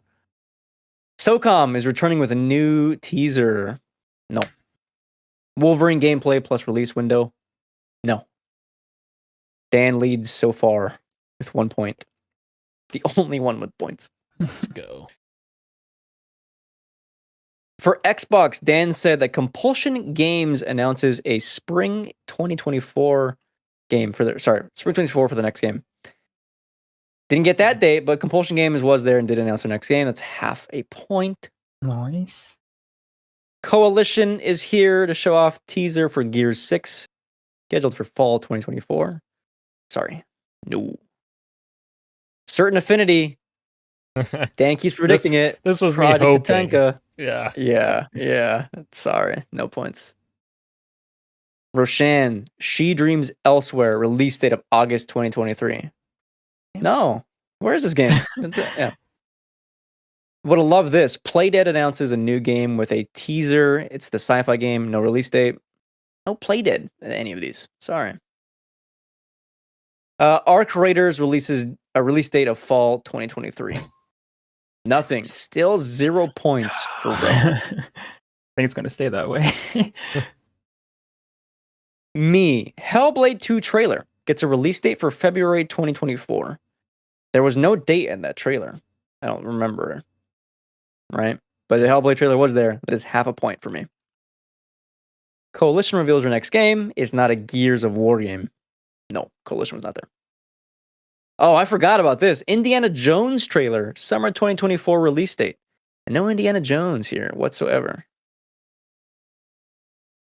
Gage said, he keeps saying it, keeps not happening. No. State of Decay 3 trailer. No. Eventually, you'll be right, hopefully. Someday. He also said Avowed gameplay trailer with release date. He did get Avowed, no release date though. That's half a point. He also said Xbox will get a new licensed superhero game. Kind of a wild card, that one, but no. So far, that's half a point for me, half a point for Gage, 0 points for Ro, 1.5 points for Dan. Nintendo, did they have their thing yet? Mm-mm. No. No. So this is not final. I'll skip over Nintendo for now. We'll see who wins the summer when Nintendo has their next showcase. Instead, we'll end today's show with our Summer Games Fest predictions to see who's winning today so far. Dan started with Elden Ring DLC. It's coming this fall. Boy, we wish, but no, it is not. No DLC trailer. Also said Mortal Kombat 12 would be announced. It's coming this fall. It is coming this fall. That's hard to give you the half a point because game was announced not at Summer Game Fest. Oh, that's fair. That's fair. Yeah. But it is coming this fall. Half a point. The next Call of Duty would be announced and revealed. No. Although the rumors are that it's Modern Warfare 3. However, it was not announced here. So only half a point for Dan. Roshan said that Fulbright's Open Road gets its release date. Open Road wasn't even here. We saw it for like a brief second somewhere, and then it never came back at any other showcase. I'm sorry. Just one second. Is Bug okay back there? Is he just like infinitely stretching? Yeah, he's passed out.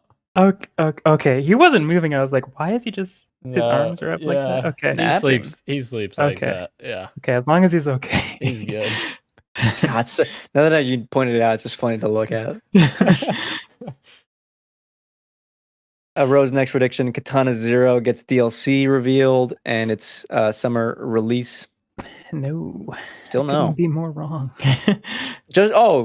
Funny you say that. Kingdom Hearts 4 gameplay trailer shows multiple worlds, a new Hikaru song, and a release window of winter 2024.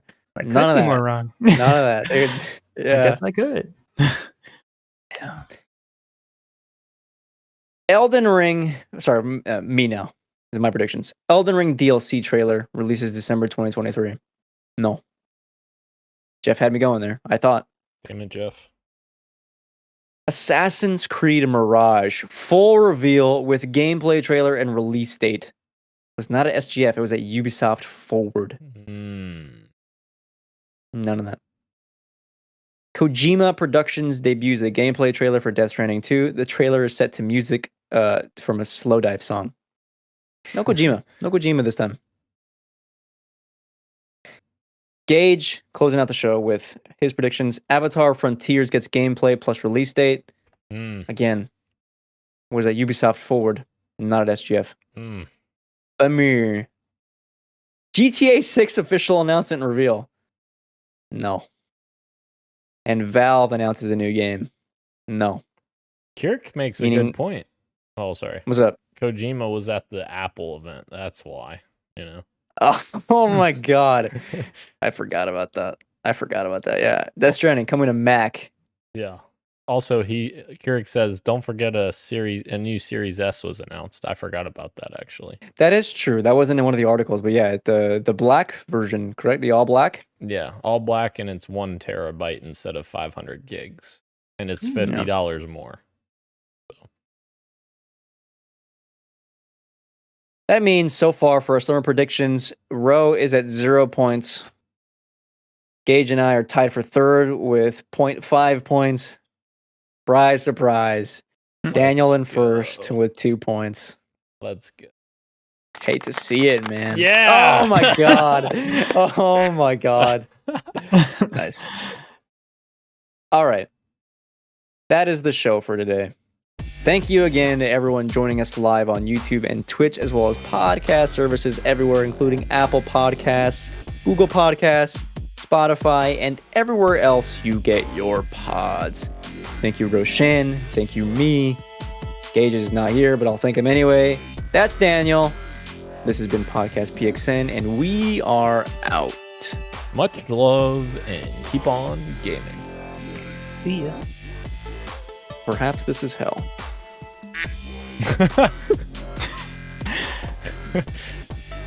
You're the GOAT. Thank you. Perhaps this is hell. Quack. Quack.